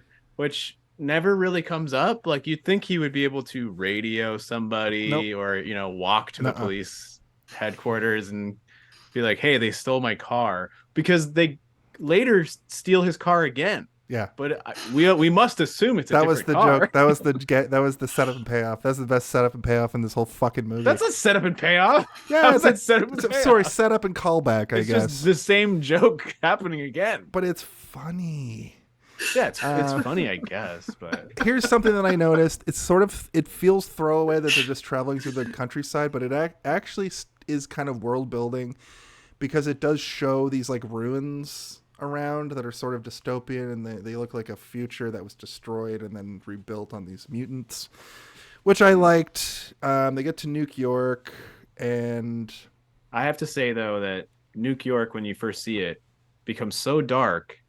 And I was watching it on Prime, so it was a streaming version of it. I don't have it on DVD, or I doubt it's even on Blu-ray, but it was so difficult to see what was happening because of it was like everything was the same color, and they didn't have little peppers of light or something like street lights or anything to really give you a sense of scale. So it just kind of looked like these black masses of shapes and objects, but you couldn't really tell what was happening. Yeah. And It almost the whole odd going on time the code there. timing. Yeah. I think what they were trying to go for was that it's overrun by pollution or some sort of nuclear winter, and it's really dark and always gloomy, and it never looks like it's daytime there, It's night which I can show. appreciate. But you can do that stylistically in a way that is great and awe inspiring, or in any way interesting. But it was just like it was like I'm staring at a black screen for like 30 seconds while some fucking Jefferson Airplane song is playing or some shit. Probably Cheap Trick because they sound similar. Sorry, I think Clive A. Smith also did like the Jefferson Airplane bit on, or Starship bit on the Star Wars Holiday Special. And anyway, but you can compare that to the sequence at the beginning where they're driving to Mock's place outside of town. It's like, I thought you weren't coming, Omar. And he's like, changed my mind, which is like a transition from them saying he's like, I'm not coming, to like, all right, I'm coming. And they're like already driving there. And it's this nice matte painting of is it called Ohm Town? Ohm Town. Mhm. I almost said O Town. Like O Town. The sign as you drive in, it says, get your O face on, because this is O Town. Oh wait, that was Anyway. White Town that I sang. Yeah, but I was almost half expecting, like, the way it was designed, for them to pull out and the city was going to look like a guitar or something. It almost looked like the interior of like exactly a what fancy you mean. electric guitar or something. Yeah, as when they were driving away. But like, that's how yeah. cool. That's how much I was already into the movie and the style of stuff at that point. I was like, they're going to make the whole city shaped like a guitar. That's such a sick idea. And then it pulled out and it wasn't. And I was It like, just looked like New York wait, what? or Ohm Town or No, I'm talking about Ohio. Ohm Town. I think that was supposed to be Ohio. I don't know what Nuke York looked like, but I assume it looked like New York, because that's Regular probably Ohio, where it sure. was. I was okay. It was White Town by accident. Leon 27. I got O Town and White Town mixed up. They get to the wall, the Great Wall of New York City, and I thought that when Omar introduces himself as Chief Inspector Quaalude, that was funny, because if you don't know, in 1983, the kids loved their Quaaludes. Drugs I don't think you can get it Quaaludes anymore. I don't think those exist, unless you find them at the bottom of like your grandpa's record collection. And then Oh my god. it says their Grandpa? grandpa. What is this? I think my lewds! I've got a record. Give me that cue, you whippersnapper. I pulled a record out, and I'm pretty sure cocaine came out of the record sleeve as well, because it wasn't dust. Just dust, Jason. It wasn't dust. If it was white, it might have been mold. because Or- records can go moldy. That's true. Or it was anthrax. Jason's like snorting mold. Like, I was trying to get high.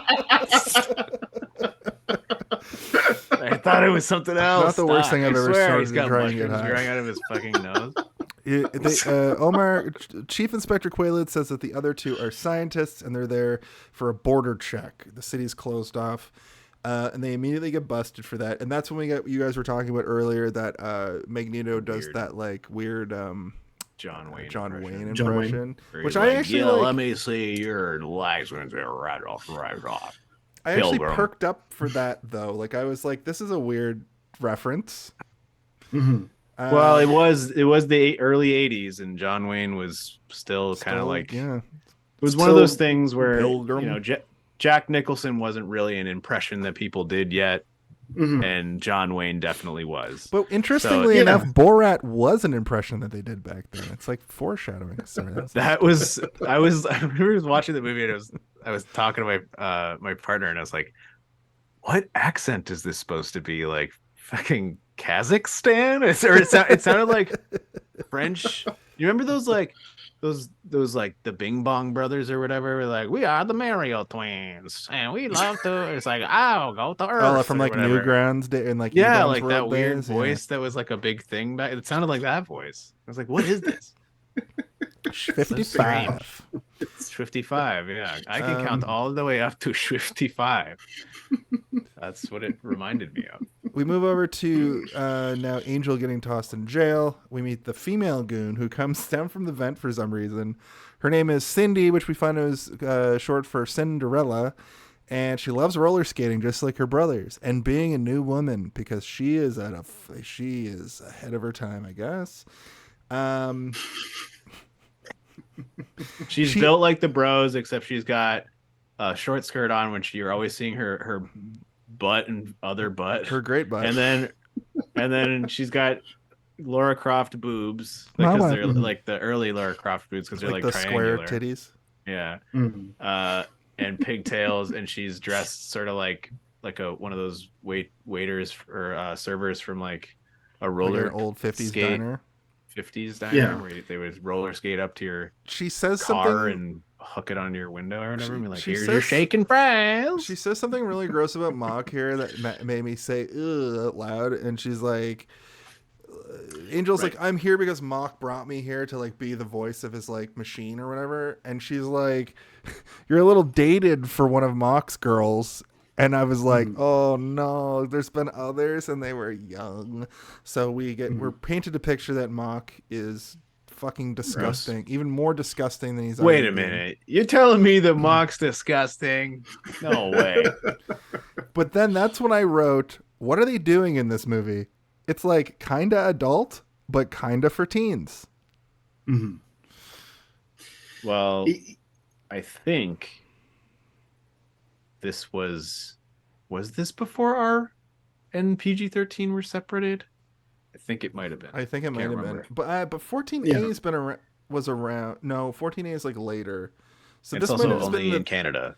Yeah, this might have been like and this was also a time where they didn't really quite know where to categorize everything. It wasn't exactly spelled out yet. They hadn't figured it out yet. This would have been 14A when I was a kid. Yeah. Mm-hmm. So, but it wouldn't have been 18A, and it definitely wouldn't have been R. Because there's no blood. Not a feminist masterpiece, then, says Leon 27, which is kind of a running gag. When Noel was on this show, we determined that Last Action Hero is the perfect feminist masterpiece because of a certain. It's quintessential. But this has a lot of like. Wait till the ending, Noel. Wait till the ending. You might turn back around on that. The Cindy character is pretty progressive, I would say, and the ending is a bit progressive. But at this point in the movie, it's a princess in a tower bullshit. And then it just cuts to Mock in his like little weird console room, just like fucking jizzing all over it, yelling about how he's gonna bring the being or a demon from the nether void of the Shadow Walkers, and he says he can't be stopped. And spoiler, he can. The song but the computer voice is like a song can bring the being, but the song can also send the being back. And then I was like, it's going to be Omar, obviously. And then what I noticed during this is the computer console has like full brain, like it's like in a brain, which I thought was cool. And also this is at the point when I was like, he with that his costume at this point, it's kind of like a hazmat suit with his face exposed. That's when I was like, this looks like Mother Brain from Captain N. Mm-hmm. But then they go like, no one can send the being back, and that was kind of ambiguous. I didn't really get like. Well, it wasn't ambiguous because they say no one can bring, like the computer even like pauses and then says no one can bring it back. That's what I kind of. I'm like, hold on, pump the brakes, computer. That's when I'm gonna start asking follow-up questions. No, Mock's like, I'm evil, and that's my job. Mm-hmm. Well, it's like he just immediately takes the readout and he's like, I'm indestructible then. I don't have to ever worry about asking this computer any more questions about what might happen to me if I summon this demon. I'm not going to think about this for more than 8 seconds, and we're going to move on. Yeah, even though the computer is like fully putting like quotation marks and italics on the word one in a sentence over and over again. Instead of just saying, well, two people with one song, one heart, one love might be able to send the demon back. But he doesn't think about that. He's just thinking about which wig he's going to wear this afternoon while he goes and hires Smeagol to impersonate his new girlfriend or whatever. What's her face? Yeah. Which I kind of like as like a concept for like an X-Men villain or something. Where the They call her what's her face because she can change her face or whatever. Yeah, But, that's like, a very Chris Claremont kind of idea. Yeah, but then he like rips it. It's just a mask, and I'm like, oh my god. So she just had a really realistic version of this of Angel's face that she wore. Where'd she get that? Did she have to plan and get it made? Can she make them herself? Does she grow them off of her face like a mutant ability? And she's just gonna get on the subway without that face. Like, Yeah, all right. and she's like, Glad to be of service, my precious. and she like walks away. Yeah, very You're very like, oh, zombie-like look on her. Yeah. Yeah. So right after that bit, we get our first nudity of the movie, and this is at the point when I was like, "What the fuck is this thing?" Jason's like, when was this movie made? 1969.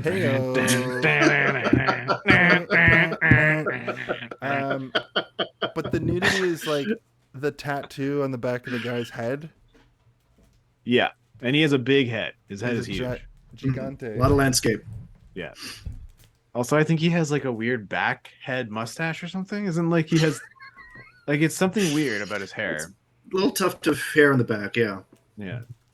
Like he's just got a giant bald spot and he's holding on to that last little crest of hair in the back. But it almost looks like it's a mustache for the back of his head. Yeah, Which is it's like- articulated. Yeah. He's like gelled it.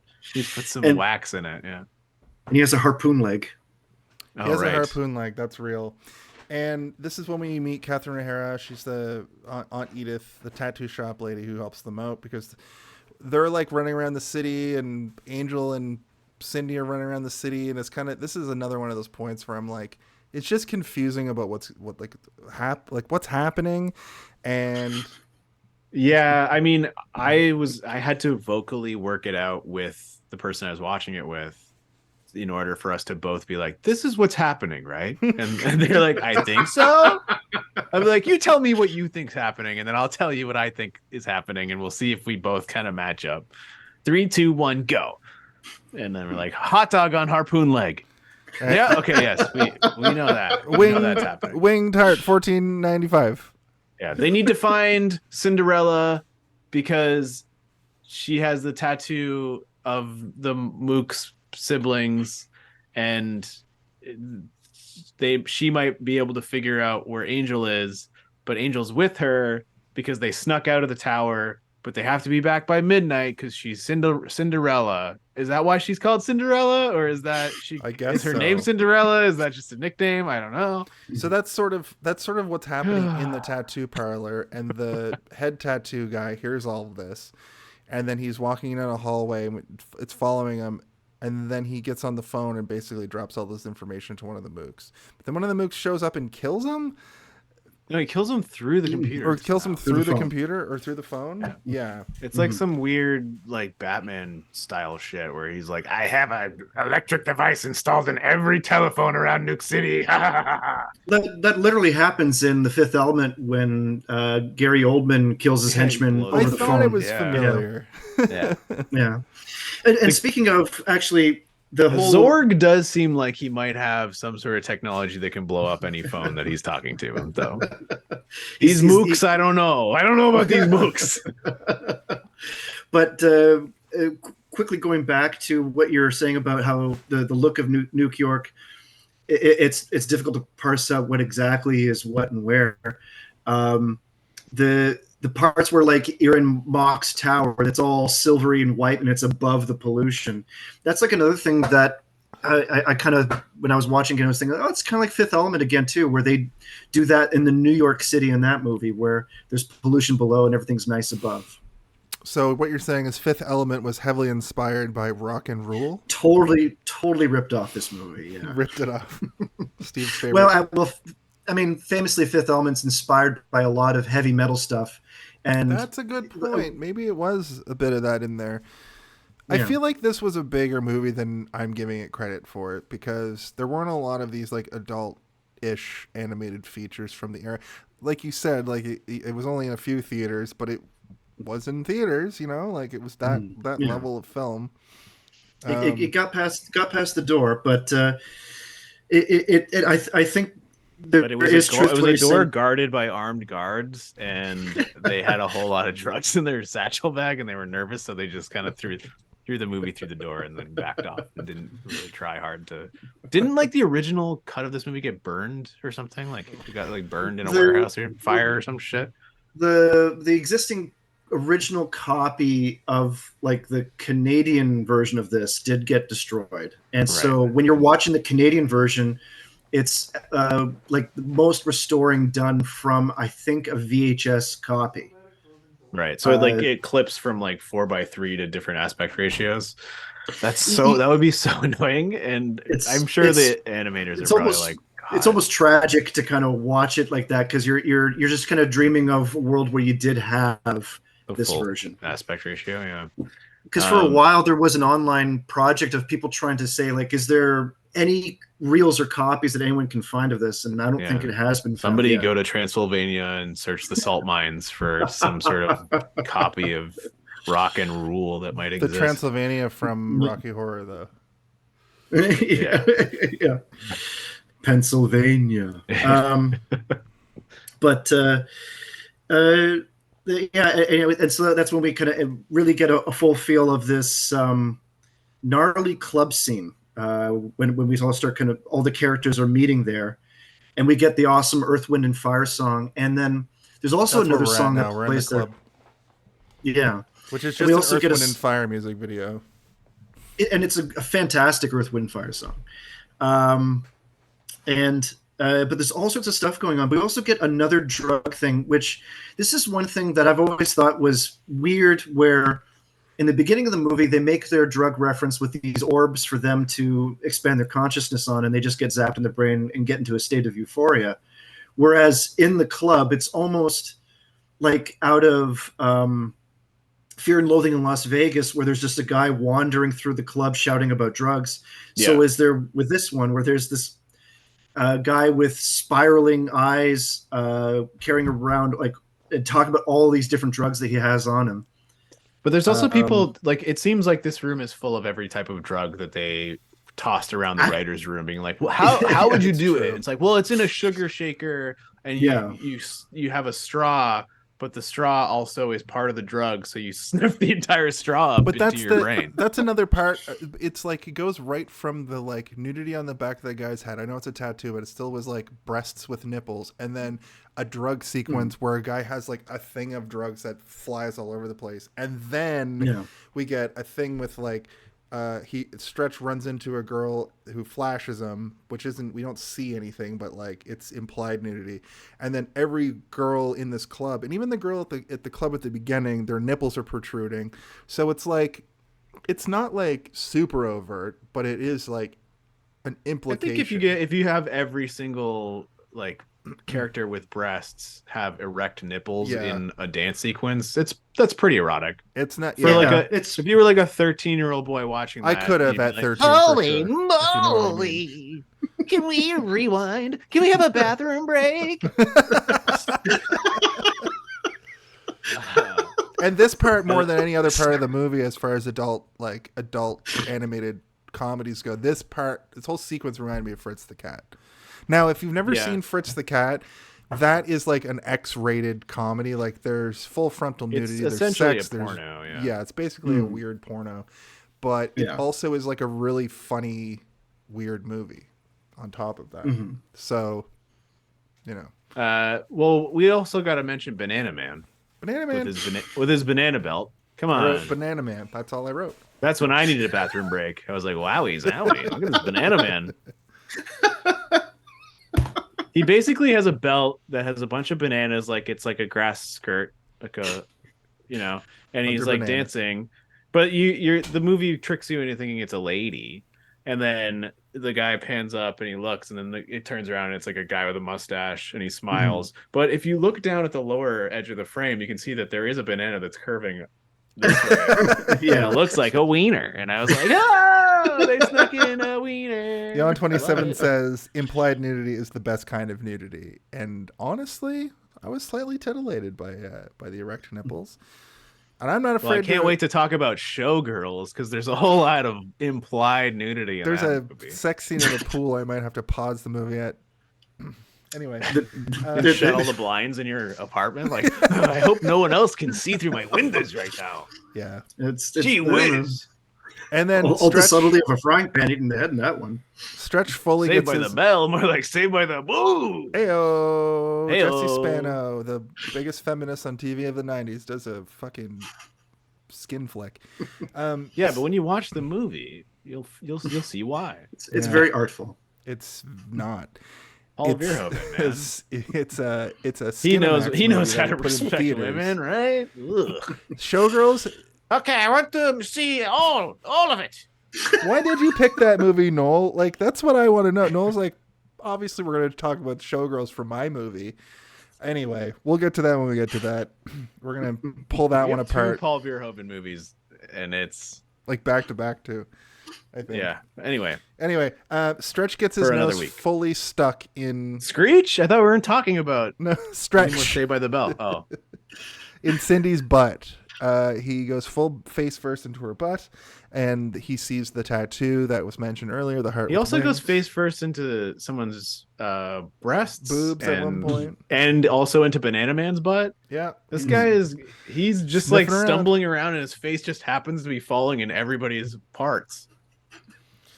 Alphonse points out that Cinderella and the angel, and then we get a Cindy dance sequence thing where she's just spinning on her her shoes. What are they called? Roller skates. And Oh, then- did we mention the fact that she introduces us to a character named Raoul, and he's the drug? Is he the drug guy? I think don't he know, was the but, drug dealer. Yeah. No. but he's also dressed like the Joker from the new Joaquin Phoenix The Joker movie. Did anyone else notice this? That he's wearing like the exact costume from the. It is that pattern, yeah. The same And color pattern, scheme. everything. It's wild. I was like, what the fuck? And he's wearing the exact Joker suit. And it made me be like, did Hangover Man have some sort of weird copy? He's like, Tom I gotta watch Phillips every or fucked whatever? up thing Is that from his the name? era. Todd Phillips. Todd yeah. Phillips. Or it might be just the broken clock. It just I hits think I the have same his phone time every number. so I'll often. call him right now. Yeah, call up Todd Phillips. Hey Todd, you ever heard of Rock and Rule? Did you rip off Raoul's costume from that movie for the Joker? It's Sexually Frustrated Month. Noel's I'm gonna not grow even up. joking though. It's the burgundy suit with the yellow. I and the didn't green catch and that. the- That's and the two- amazing. No, It's wild. you're absolutely correct. That it is the same color scheme for sure.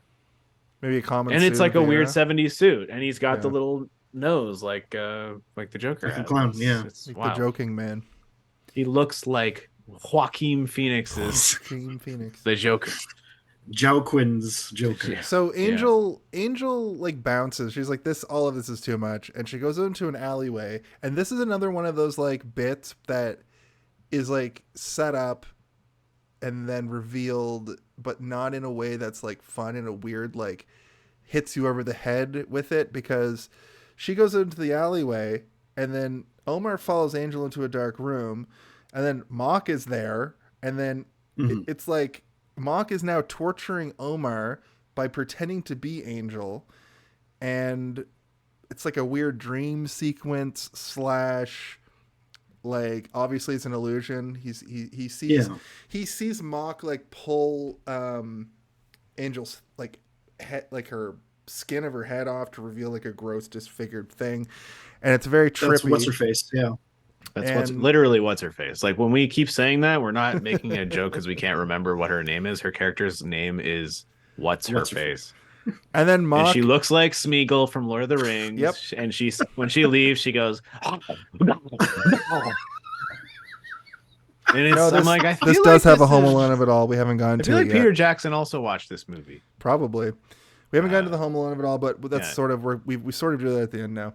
But what Mock does say during this is he basically looks right at the camera and says, "All work and no play makes Mock a dull boy." That's my Jack Nicholson, so I'm fired. Except he doesn't he doesn't do a full Jack Nicholson impression. He just says the line. "All Really. work and no play makes Yeah. Mock a dull boy." No, it's like his like Bullseye again. all work and no play makes Mock a dull boy. His voice is Bullseye unnaturally him. weird, right?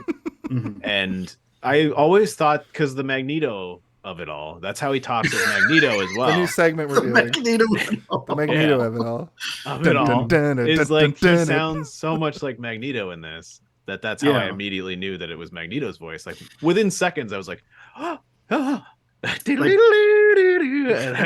then he also does all those other voices, right? He does the cop, and then he also does the border patrol officer. He does like a bunch of voices. Yeah. One of my superpowers, my useless superpowers, is being able to like identify voice actors. Yeah. I know every like sitcom. Like I could, when I'm watching TV, and I'm like, I just recognize people from sitcoms. Like that's my. Oh, I thought you were gonna be like, when I turn on the TV and I see Home Improvement, I'm like, now that's Home Improvement.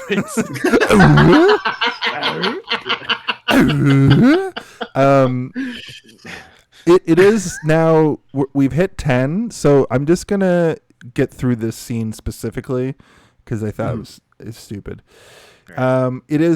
It is revealed to be an illusion. The goons are like projecting into this place while, like you were saying earlier, Steve, like Mock is like going through a wall as a person and then appearing as a face.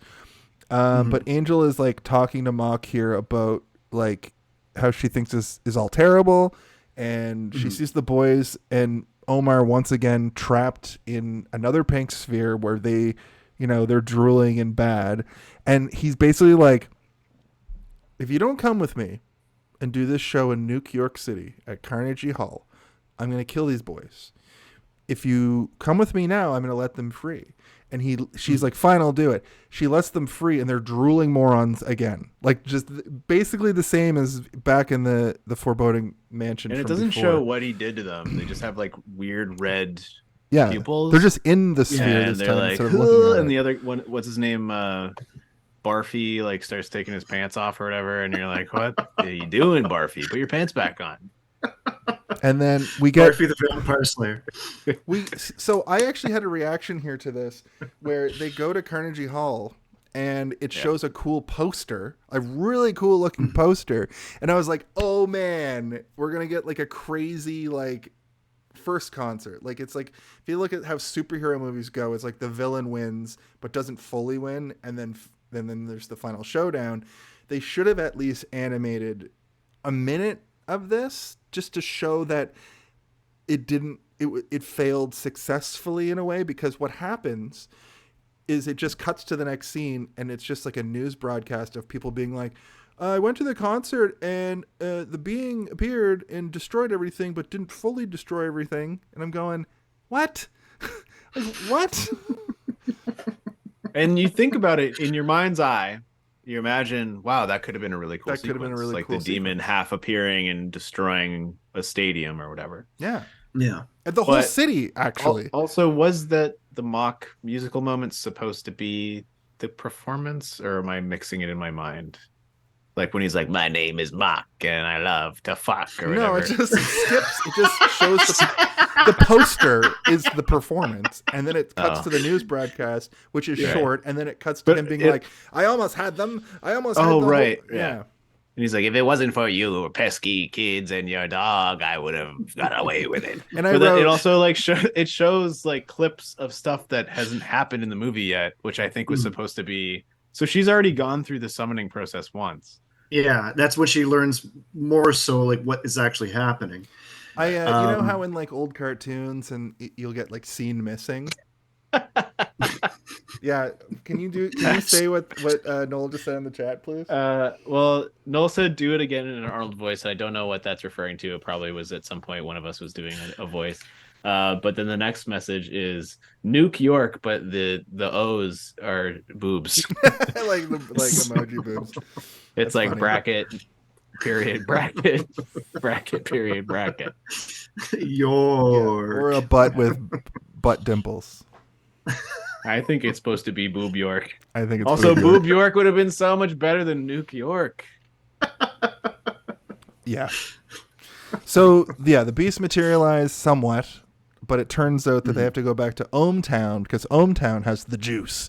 And I wrote the juice specifically because I listened to most of our juice episode today as well. But also makes no sense to me that a large city like Nuke City would have less power than a place like Ohmtown, right? I don't understand it. Doesn't make sense. I assume that if you are in New York City versus like, I don't know, Oklahoma. Ohio. I was gonna say Oklahoma too. That was like the first thing that was gonna pop in my head. But... Oklahoma. Yeah, Oklahoma. Yeah. Oklahoma, where the moon. So this is where we get Mock singing a song, and I thought this was Iggy Pop at this point. Is this not Iggy Pop at this point? It was Lou Reed. When is Iggy Pop now? It's at the end with Pain and Suffering when the demon comes out. Oh, okay. So Zip has a bit of a crisis of faith here, which is a weird, like, obviously he's gonna have something to do with the end because of this one scene, which is another, like, clearly they were like, oh, we have to set up like something at the end as a misdirect or like a villain becoming a hero. So Zip, who's the dumbest one of the mooks, it watches this kids the program, dumbest of the three dumbest characters in the movie, called Uncle Which is Mikey. one of the scariest children's shows ever. And he Also, basically I have has a that theory here. oh.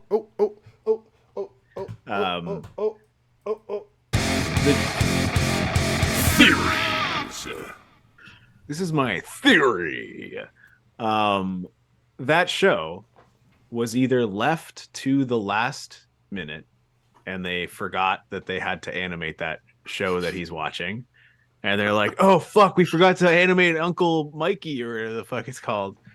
And so they just had to throw it together in like 2 days. They're like, okay, just whatever. It's fine. Because it looks like shit. And it's like everyone's like, it's so creepy. It looks so creepy. I'm like, it doesn't look like, it looks like they ran out of time and they just like almost like a South Park with poorly drawn images. And my theory is that they either ran out of time and they had to make that really, really quickly in order to finish it, or that Uncle Mikey thing is like one of the animators' like college projects that they were working on in animation school, and they just slap that in because they owned it and nobody else owned it, and they're like, I can just put this in as the kids show and we can make him watching it, and we'll bring it together later and we'll put like a little sticker on his rollerblade It's of Uncle interesting that you Mikey or said whatever. that because the news broadcast moment also felt like a different movie. So maybe it was They're applying like this digital pixelated filter on it as if they were watching it on the TV. On a shitty like VHS playback on a boob tube television. But I thought when that effect was happening on those animated segments that it looked really good. I was like, wow, this looks really good. The news segments are great. The Uncle Mikey thing, it actually reminds me of MTV's Liquid Television. That there'd be something you would see on that of something alternative and off kilter and awkward. Yeah, and they would have just something bizarre that would play for 10 minutes in between commercials after a show finishes or whatever. There's a video game that came out not too long ago. I'm not going to say the name of it because the creator is a garbage man made of diapers and mashed potatoes. Is it that new Pandora game? No. The new also, I thought you love Avatar now. Yeah, Avatar-ed. Nope. Fuck. Oh, geez. Oh, I've just got a text message saying Jason Phillips canceled.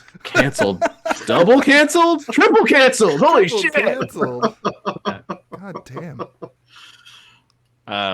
So what was they saying? Oh yeah, there's in the world of this game, you're going around to these different worlds and you're helping people and stuff, but then they have this television screen in like the bars and stuff that's just playing these garbage animations, and it's just like, obviously this is just like the people that worked on the game had these things lying around and they just threw them in there. About. Yeah.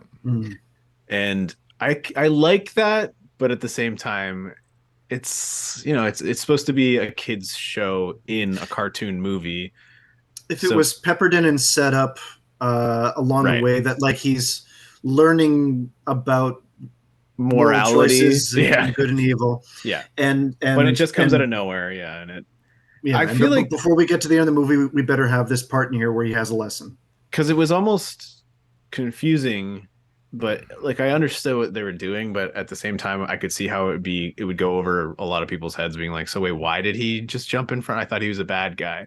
And it's like, oh, remember that one sequence where Yeah. he questioned his morality instead of, But like you said, it was having clunky the maybe way he's that they talking about it to his brothers throughout the movie, Yeah. even from like the get-go kind of thing. It's you know? clunky the way they executed at this point too, because it's kind of like that scene from the Mitchell and Webb look where he's like, "We've got skulls on our hats. Are we the baddies?" Like it really played like the naive like somebody. But he's also realizing, supposed to be really stupid, like right? the Like that's the his dumbest character. one of the three. Yeah, But like also baby because brain. he's so stupid, he's able to Find be some compassion. broken through to by a children's television show, Yeah. being like, is this bad? Because the And it's TV like a show guy is attacking basically a just cow like, with an axe, or is this bad? And you it's should like be them feeding the good. cow You food. shouldn't be bad. You know, it's like very Yeah. like And actually do like a music themed with that too, of him learning about a song, and the song is teaching him good.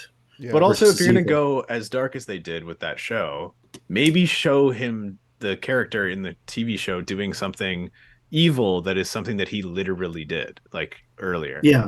You know, Yeah. like to make him have that, like it's so clear, like, oh, I did attack him with an axe earlier. I guess that was Yeah. bad. Mhm. mhm. That might be funny. To me, it would be funny. I'd be like, yeah, hilarious. Remember when you were attacking that guy with the axe? That's not a good thing to do. It's better to, bring Yeah, but him that a would glass of water when he's thirsty.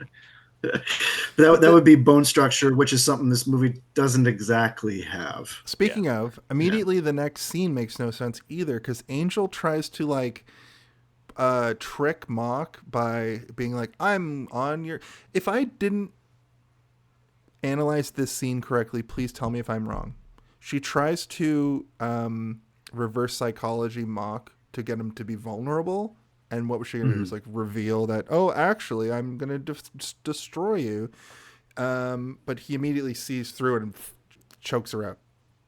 Mhm. And that's when we get the next dumb thing. Like it felt all of this feels very rushed because then we just get a black screen and the sounds of the room getting destroyed.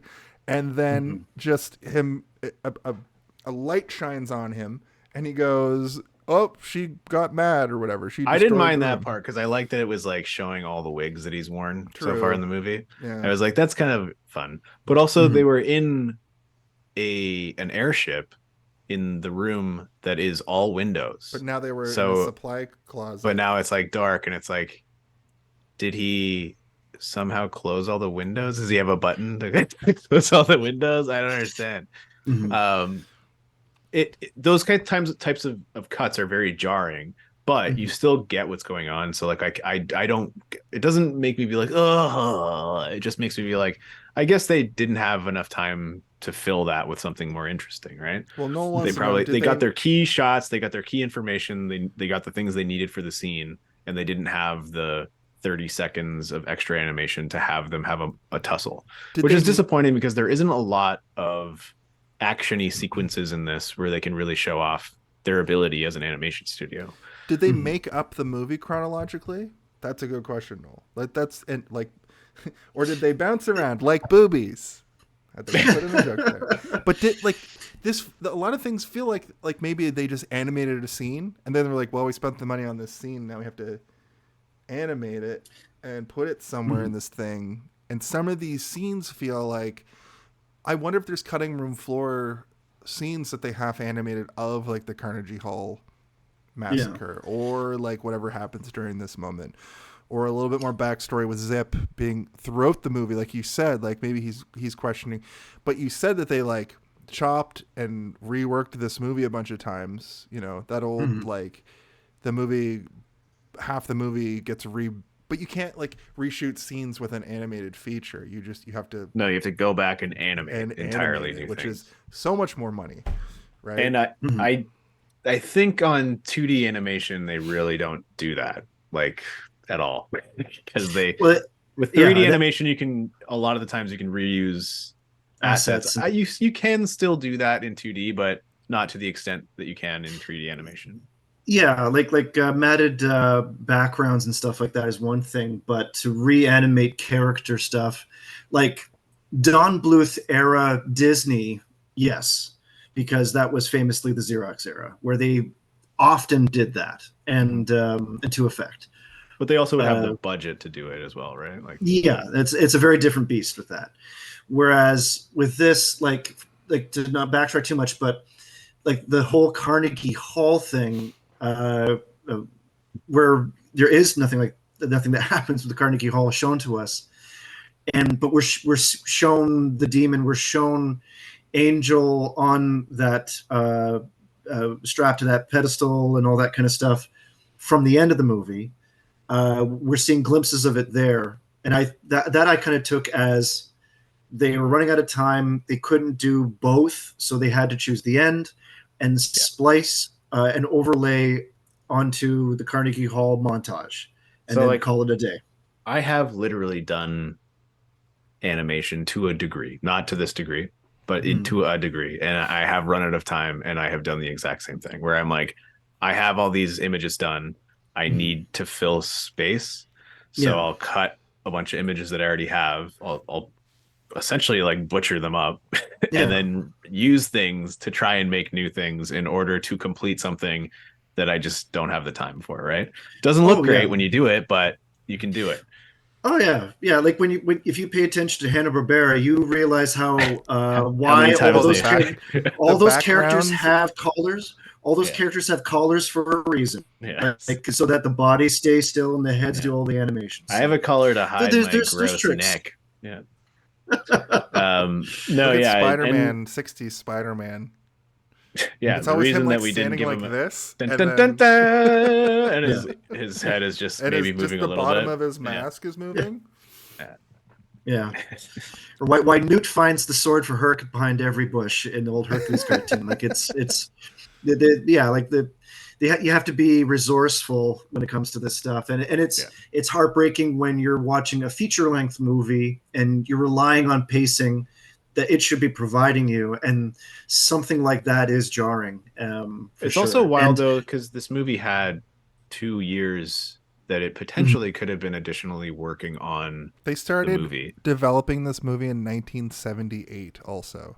And they worked on it for 3 years. What I'm saying is that it came out 2 years after it was completed, because MGM was like, nah, no.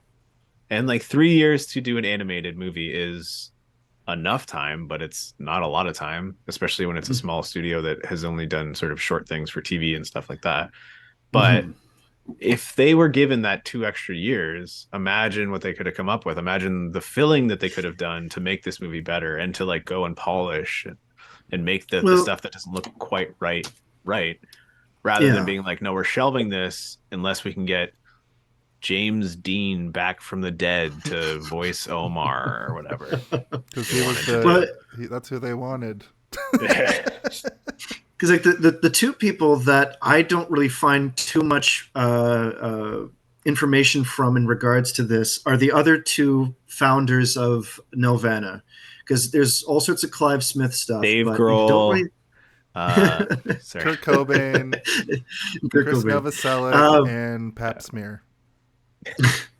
But like Michael Hirsch and Petrel Loubert, I believe I pronounced that correctly. They're the two Canadians that co-founded Nelvana along with Clive Smith, and I do wonder if there were kind of backdoor stuff saying like, hey, we've been having fun with this, but like we need to pay the bills. We got to keep the lights on. We got to animate some fucking Care Bears fast.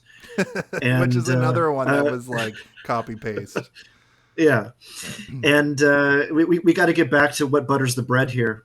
It wouldn't surprise to find out if as much as there were these free thinking, fluidic ideas that they really wanted to explore at the same time, now you've hit a wall. We're running out of time with this. And also at $8 million, it nearly bankrupted Nelvana at the same time.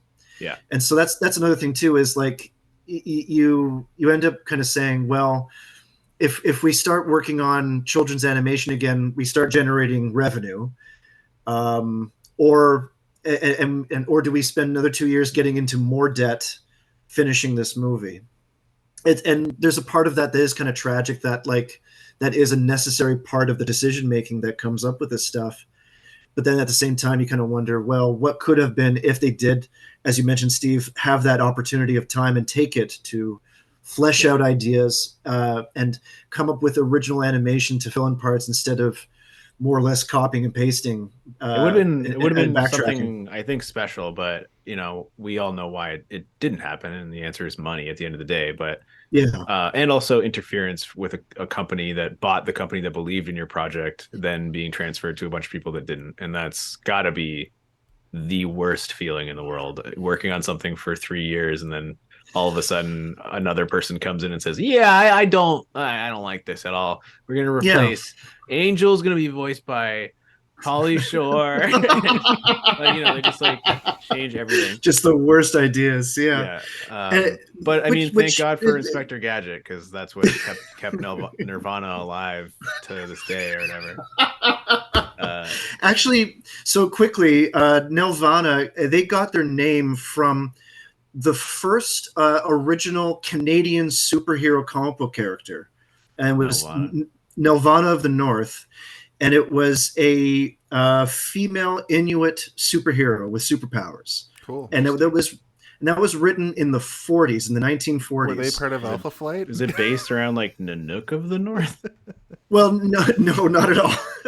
I mean, by no means, I haven't read a page of it, so by no means am I assuming a comic book written about a female Inuit character in the 1940s is respectful and thoughtful and artful by any means. Maybe somebody should reboot it and inject some of that woke juice. No, I'm joking.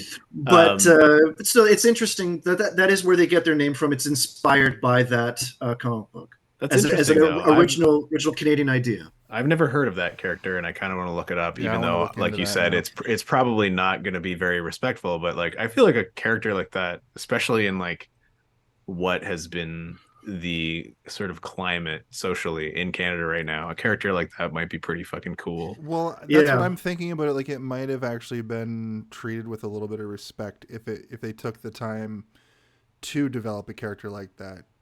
Maybe there's a good chance that it's going to be the worst thing you've ever seen, but there's a good chance. Let's not give any examples, Jason. I wasn't. But well, at the very least, the list of her powers is all over the joint, and it's very much of its time of Superman type stuff, where that's what his thinking. Superpowers are everything that he hasn't done yet. Yeah. He has superpowers. Same goes with her, where it includes things like melting metal and disrupting radio communications. It's a little over the joint, but that's also 1940s comic book writing. Does she have ghost powers or something? How does she do that? She turns invisible. She gets her powers from her a deity father, who is Santa Claus. Who is the Are you actively reading this character right now? You keep looking off I know you're just trying to remember what you read, but I did make notes of it because it is a little off kilter, but she can fly at the speed of light through the northern lights because that's so fucking dope. because her dad is the spirit of the northern lights is the whole concept, and melts metal, disrupts radio communications, telepathic, turns into visible, and shapeshift. Yeah, that's the one that everyone's like, ugh. There it is. Rude. Yeah. And she has a Canadian Mountie friend. So I'm guessing from there. I'm out. Yeah. I'm guessing from there it doesn't go great. But anyway. Yeah, at the end of every issue, she has to run off into the woods in the shape of a rabbit, and the Mountie's like, "Yes, I solved the crime." Yeah. With my white strength. Yeah. But anyway. So anyway, but that's where the name Nelvana comes from. That it is a Canadian-inspired thing, and I know we're kind of getting a little off topic because there's still the ending to go over. But all of this stuff kind of lends into why I do particularly love this movie in a weird way. That it was a labor of love, even though unguided, unstructured, but also I kind of think about what could have been, and if there were some other elements in play to kind of keep it focused. This movie very easily could have been heavy metal, or something similar. and also could have been completely lost as well. So Well, that's the thing. Isn't heavy metal like an anthology? It's like small It's stories. it's Yeah, a like the vignette series, and there's magazine. a shell story to keep it all together of Yeah. the Lochnar crystal or whatever it is. Yeah. They're so The movie Heavy Metal is like if you're reading the magazine, and in the magazines it does have one of the, like a small seam that keeps sort of everything together. But the Yeah, the magazines shell are story for it. Yeah. but the magazines are a lot more Pulp Fiction-y, where the movie they kind of had to connect them just to because, like we said, people are stupid in the 70s and 80s, I guess.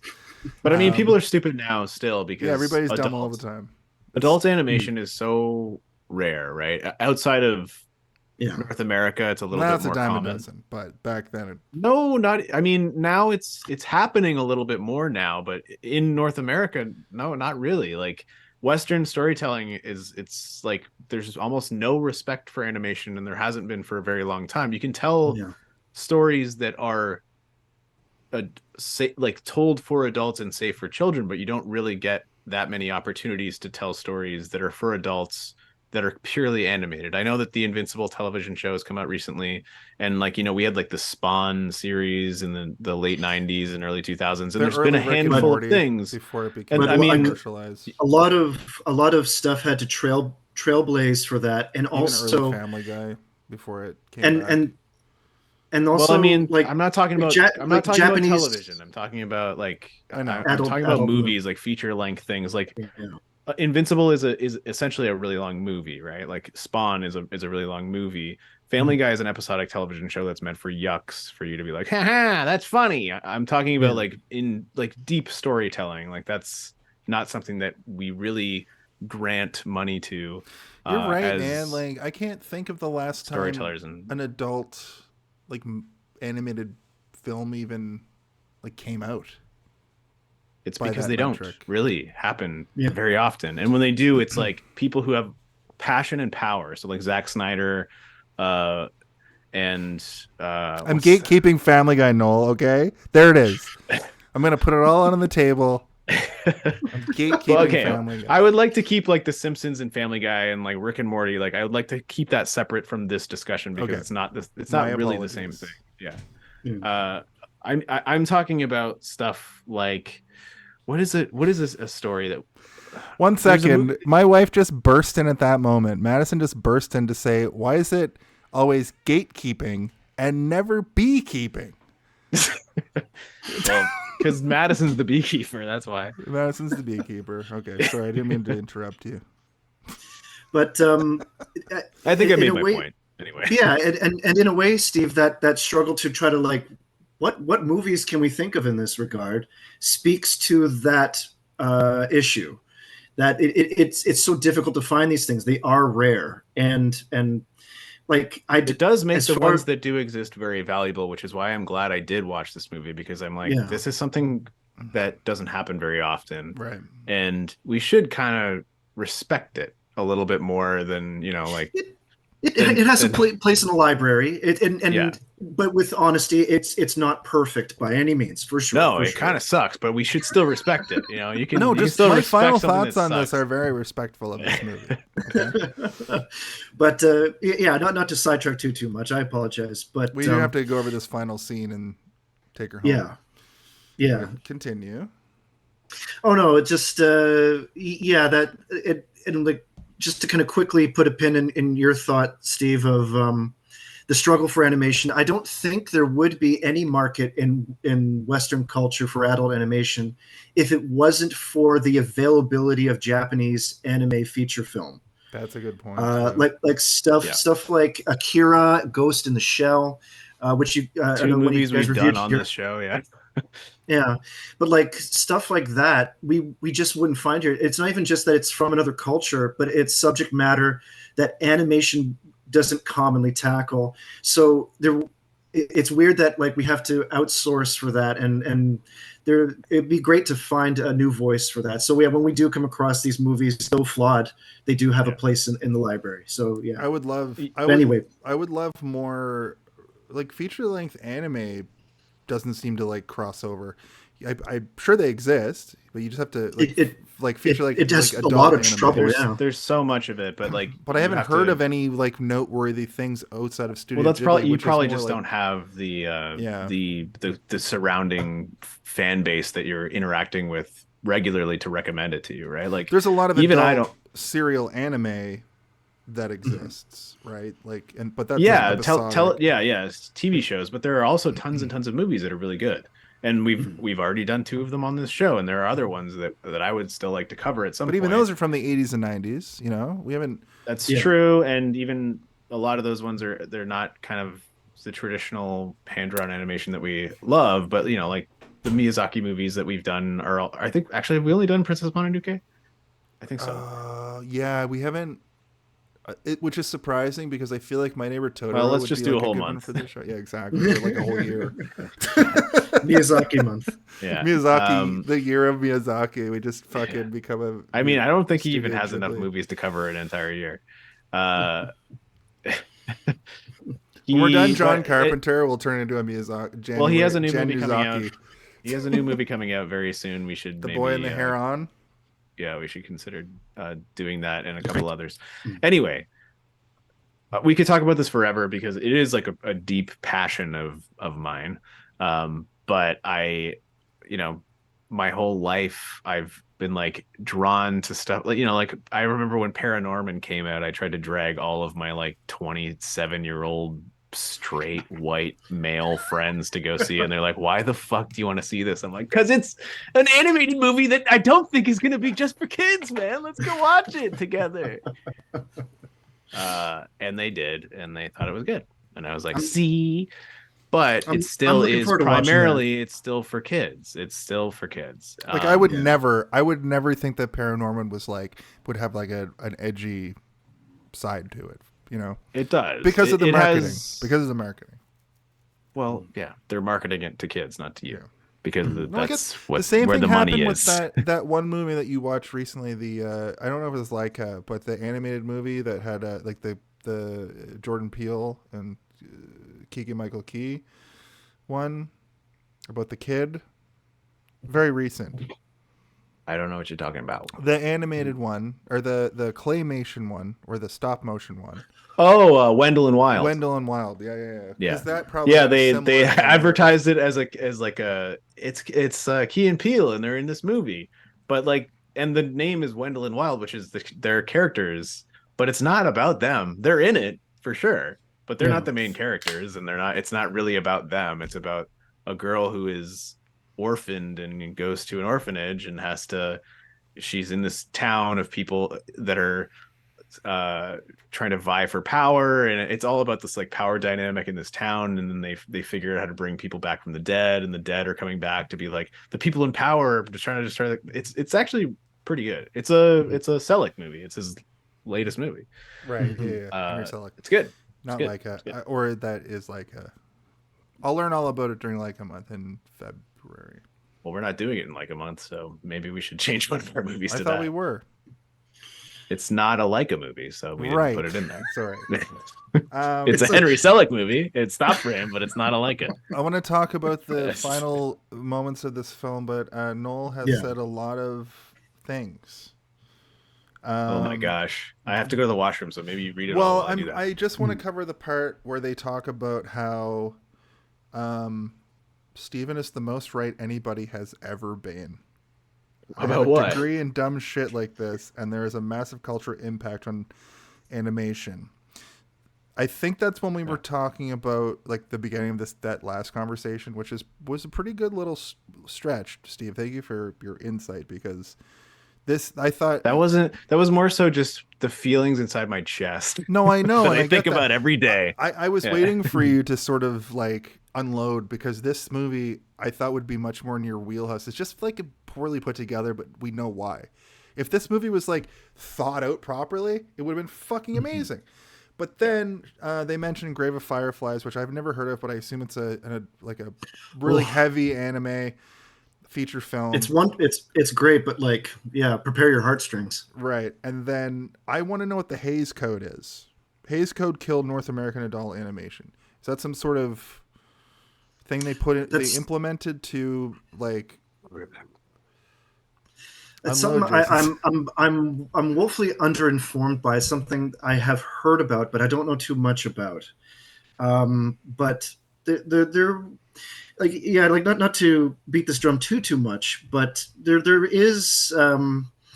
I think about like a lot of adults when I show like or try to talk about animated features, even in general, not even just adult, but like good animated movies. There's a lot of adults in general that have this kind of wall in their head of like, oh, that's not for me. I'm not too interested. Like, I don't even think comic book heroes would be interesting to people this much if it wasn't live action. If they tried to make all these Marvel movies strictly computer animated, let's say, I don't think it would have as much of a grip on it. Because DC has done that. DC has a whole stretch of amazing animated features that are a lot like 100%. The way the MCU is, and they all have their connections or they're based directly off comic books, and they're all great. Most of them are great. Yeah, and then you watch that Bruce DC Timm pantheon of movies. Yeah, then you watch the fucking DC movies, and they're the most hit or miss, mostly miss that you've ever seen. It's crazy how they just cannot get it, and I don't even think James Gunn's going to be able to resurrect that garbage fire. I think the Hays Code is just the MPAA motion picture code, and just another way to say it. That's what I'm understanding from what Noel said here in the chat. At any rate, do you want to just quickly? Let's talk about the final scene here. Yeah, which is a great scene. It's probably the crown of the movie. So the boys, the three boys are just dropped back in Myler's club, and they're just like tripping out, thinking that they're just in that venue, I guess. But they're playing Happy Lame songs, and because it's like a happy version of the original song at the beginning of the movie, right?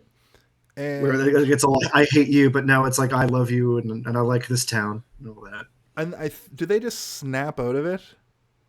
When lightning strikes the tower at the stadium, and it surges through ohmTown, and it goes to the club, and it shocks them, and it shakes them out of it. Okay, right. Yeah. So then Angel's just like now, Frankenstein. Angel's. We cut to Angel. She's tied up. She's tied up with a giant like hentai tentacle kind of coming at her because the summoning happens. She sings the moment. And Jason acts like he's never seen a feature length anime okay before. I've never seen a full hentai. Okay. You haven't gone full hentai yet. Yeah, I've seen about 3 to 7 minutes. About 9 to 12 minutes of all of them on a good day. Of all of them. Yeah, right. Pervert. So they jack up the power, and it's too much.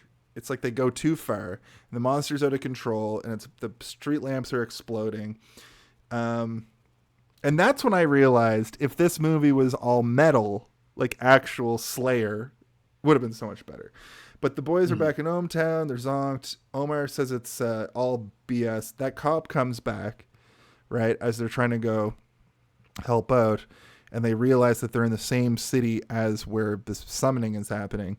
And they do the same gag where they steal the cop car and they drive it over there.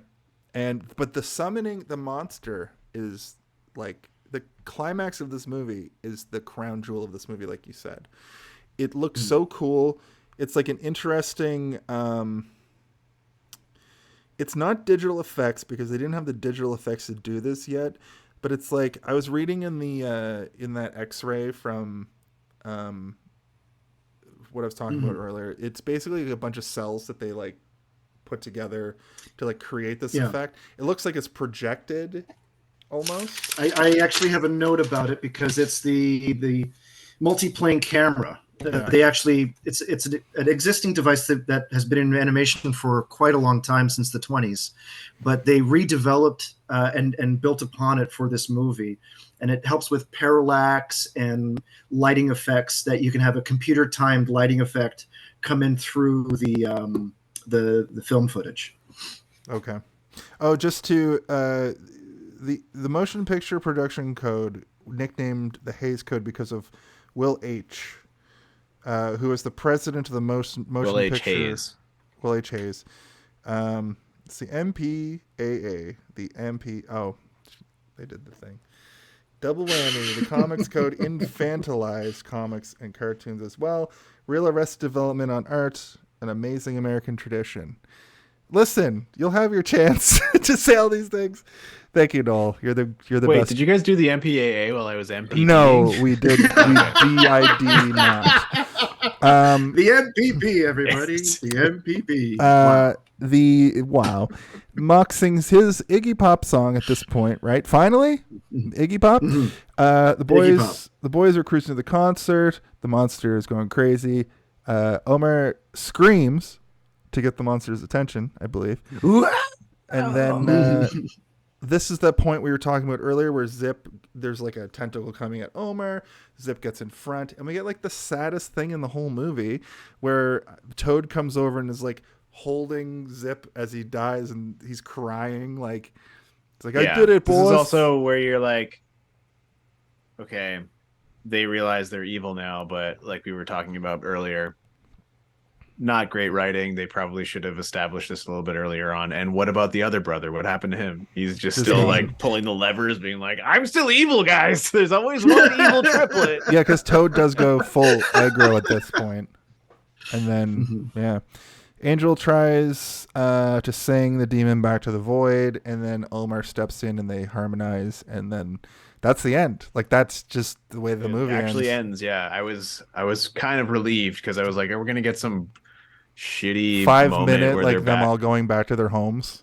No, they're back at the club and they're like singing at the club, and that rat guy is like, I always believed in them ever since day one when they were here. I believed in them. Yeah. And like and it's like the a roller full skate crowd brothers are now in the band, and like, is it gonna be something dumb? And very, you know what? popcorny. Now we can rest easy knowing that the world didn't get torn apart by a music demon. I don't know what the demon really was all about. It's some kind of lasagna monster, but it ends as abruptly as a lasagna as well. So with that, that is the film Rock and Roll. We have a couple more segments. We're gonna probably push 3.5 hours on this. So just before who would have thunk it, folks? It's always the ones. This episode is gonna rock and rule. It's always the episodes I think we're gonna have nothing to talk about, but it also looks good on Twitch. The longer you're on Twitch, the better, especially with the kind of views we've had tonight. I would like to do this segment now. If you had to pick one, what do you think the Home Alone of it all? When is the Home Alone of it all? Can someone please tell me when the Home Alone of it all? I really gotta know. When is the Home Alone of it all? What is the Home Alone of it all? Now that's the Home Alone of it all. Man, I can't believe we got all those voice actors to do that for us. Right? All the voice actors from this movie. And Maurice Marchia. Yeah, he was in it. He was in there. He was the one who was like, I can count to 55. Now, what is the Home Alone of it all? Yeah, and then he's like, He got blown up in his phone booth, and we were like, oh God, I guess we don't have to pay him for that one. And then he's like, I'm retired. Oh God, Jason's canceled 4 times now. Why? No, that's a reference to one of those videos. Oh, I'm retired? No. Oh, I thought you said something else. Oh shit! You put words in my He did mouth. not say that. He did not say that. I said Avatar. At any rate, basically the Home Alone of it all is the moment of the Home Alone film where where Kevin McAllister slaps the blueprint on the table. It's the part we all came to see. We want to see the in that specific instance, we want to see Harry and Marv get destroyed by this Saw nightmare kid, Kevin McAllister, with the traps. Every movie has sort of with the traps. One the of kid these with things. the traps. What did we come to see here? I would say when they like go on their when they leave in the car to go find. Basically, when the Zeppelin starts to inflate and then on would be my Home Alone of it all. I can understand that. I like. Personally, for me, it's like thanks, Noel. The any of the musical interludes, like, because that is the big get of it. Because like on the poster behind you there, it's got them listed. So that was the big grab for everybody. What a And if you watch mislead any this of the is, though. She's tied up at this point in the movie, but here it looks like she's shooting lightning bolts out of her hands. It is a sweet poster.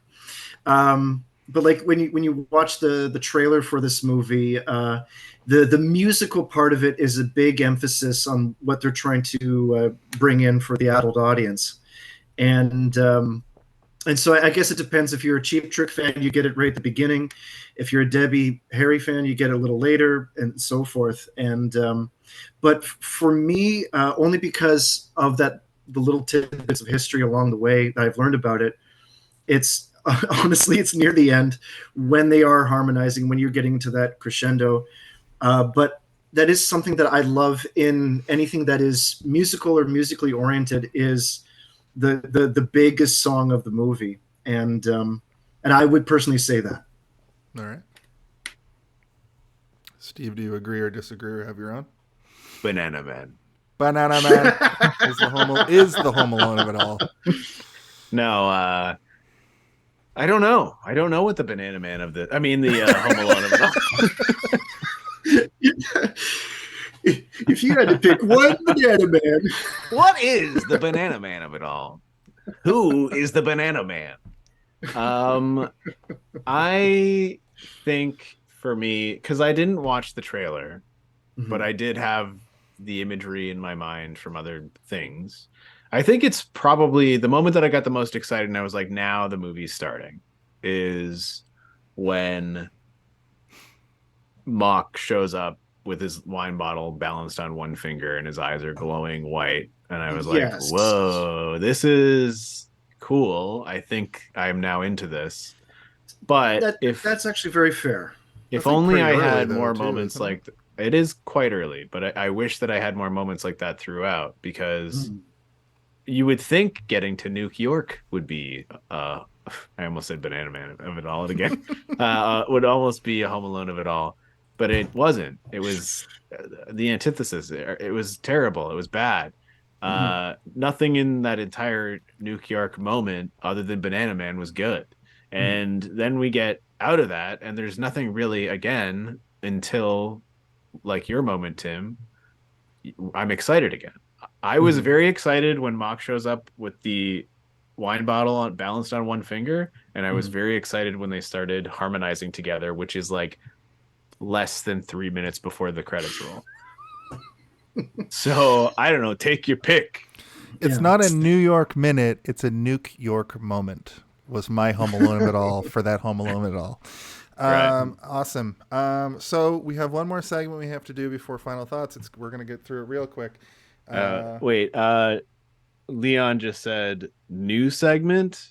I assume referring to Banana Man, but I'm going to say nuke segment. Nuke segment. Not happening. The Banana Man of it all. The Banana Man of it all. Let's do it. The MPAA, everyone. The MPAA. Supposed to do that. Wow. All right, here we are. Here we go. It's time to play Guess the MPAA. Ladies and germs, hello and welcome to the MP. Turn the music down. Remember, we got fucked last time. Yeah, fucking hell, Mike. Welcome to the MPAA guessing game, the game that everybody hates.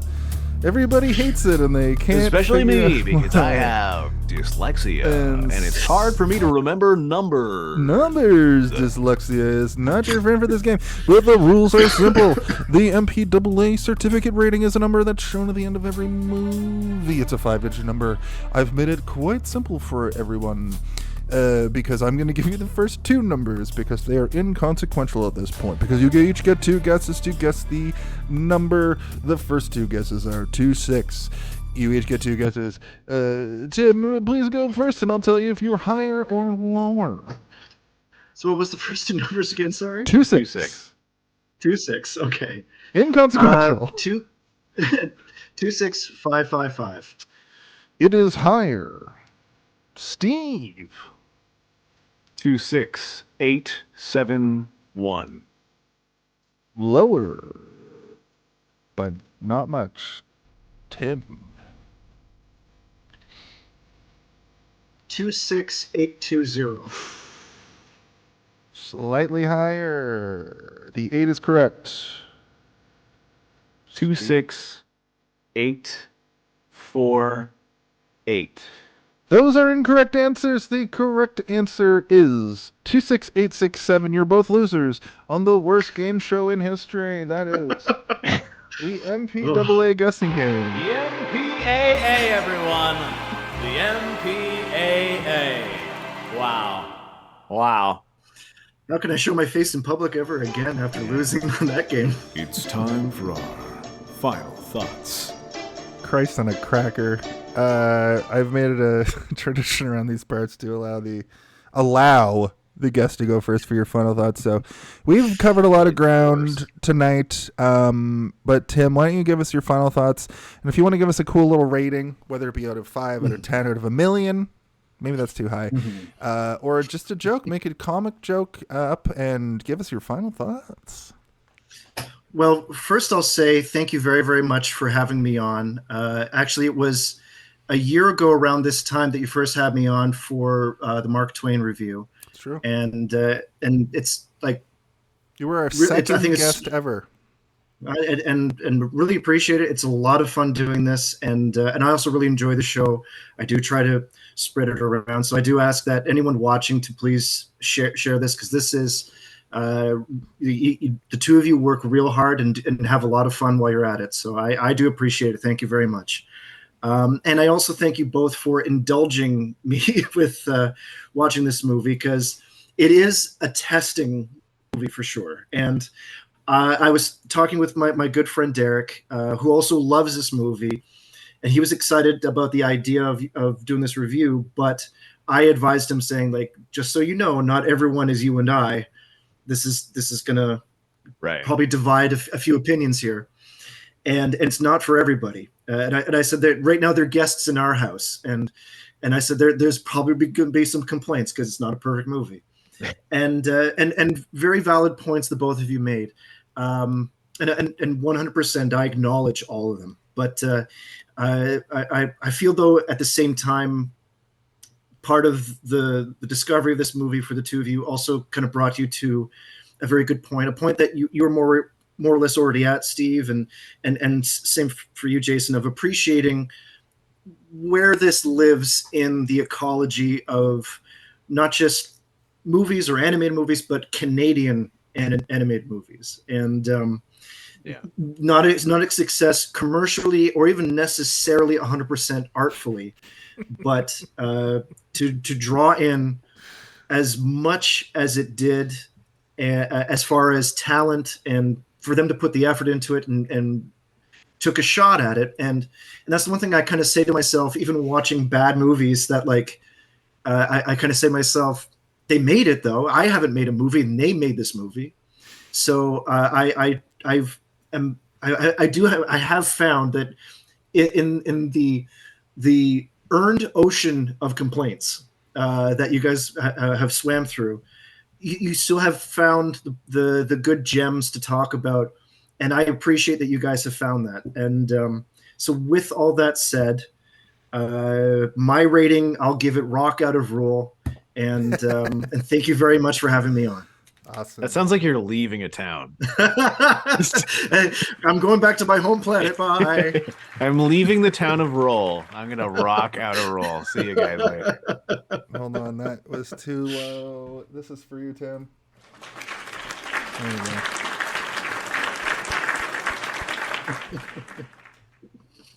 go. Okay. I swear one day the Undertaker is gonna like come and kill me in the background or something. I don't know what's gonna happen here, but it's happening one day.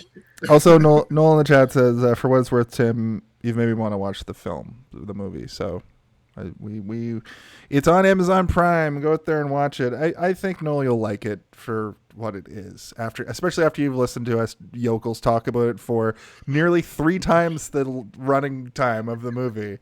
So, Steve, why don't you hit us with your final thoughts, buddy?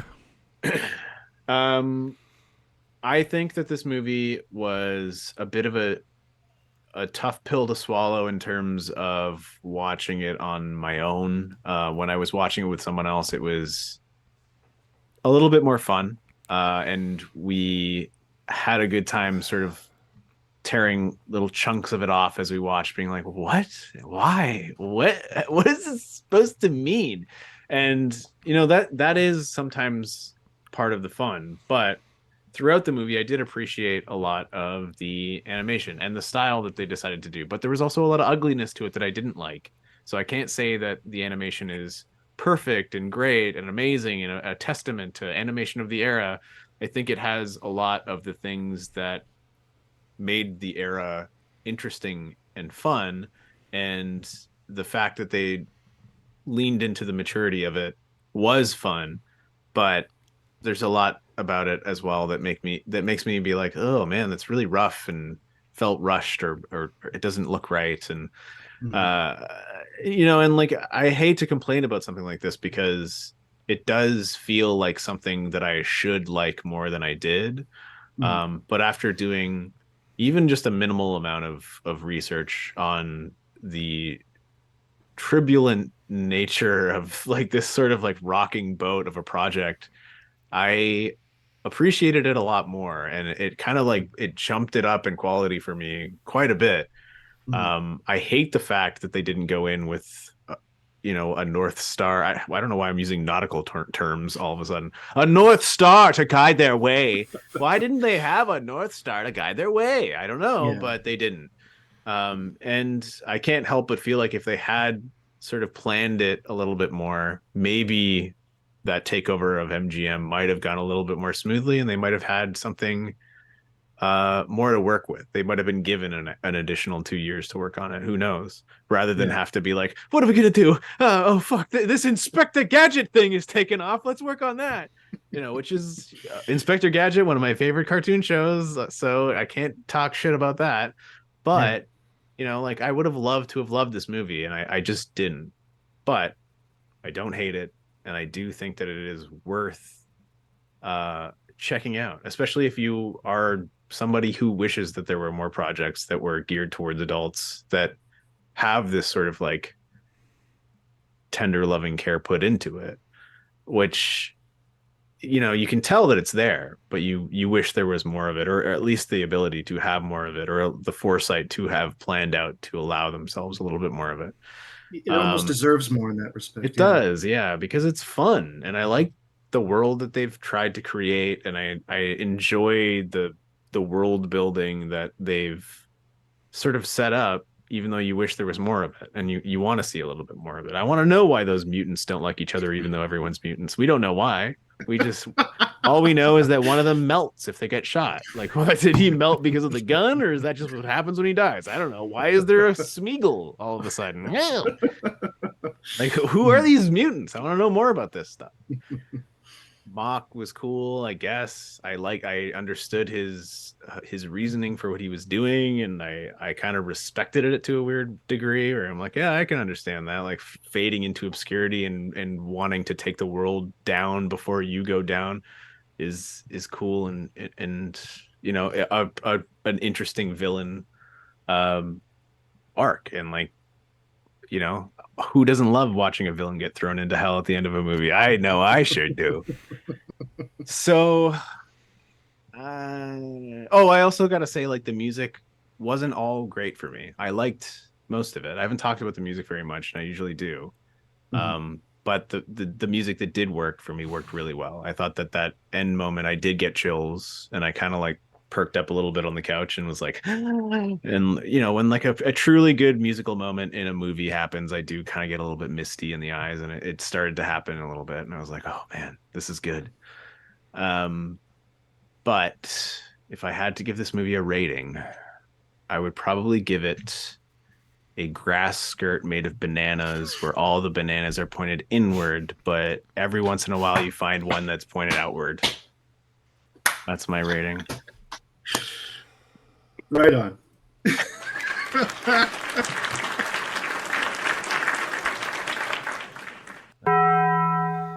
That's good. I appreciate that. I'm going to now read what I wrote immediately upon finishing the movie, and it's not going to line up with the way that I've spoken about this movie throughout this movie. here we go. I really enjoyed the music and the animation. The rotoscoping was top notch, and I liked the designs. I think my issue is how predictable the story is, and also they left out so much that would have been awesome. I'm looking at you, Carnegie Hall scene. It took me a couple tries to get through it all the way because for some reason, it made my eyes heavy, which I talked about a little bit. Could have been that I'm tired this week. Maybe I should give it another chance later. I don't think I will. Maybe I will. Who knows? If the three of us watch this together in person after talking about it, I think it would be fucking great. I didn't think... Okay. So what I did for my rating is I didn't want to give this a 2 out of 5 because I think it's better than a 2 out of 5. Since the animation rotoscope and the those not digital effects but those like projected cell effects are so good.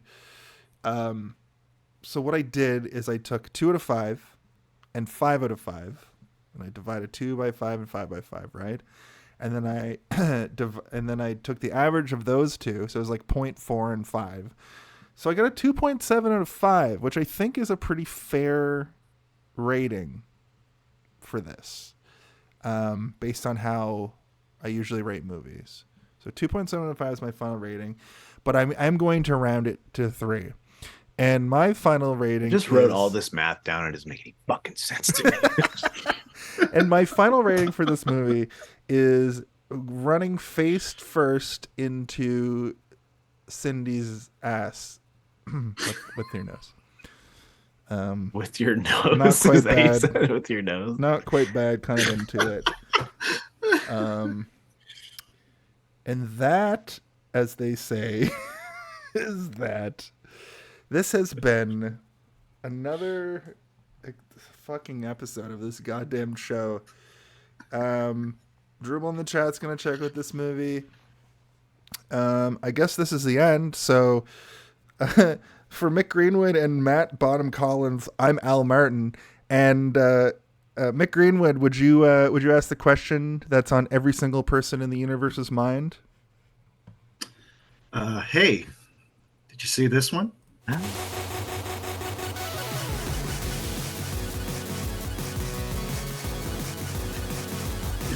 Dun, dun, dun, dun, dun, dun. Pepe Silva. Oh, man. Man, oh, man. I'm craving a banana right now. The banana of it all.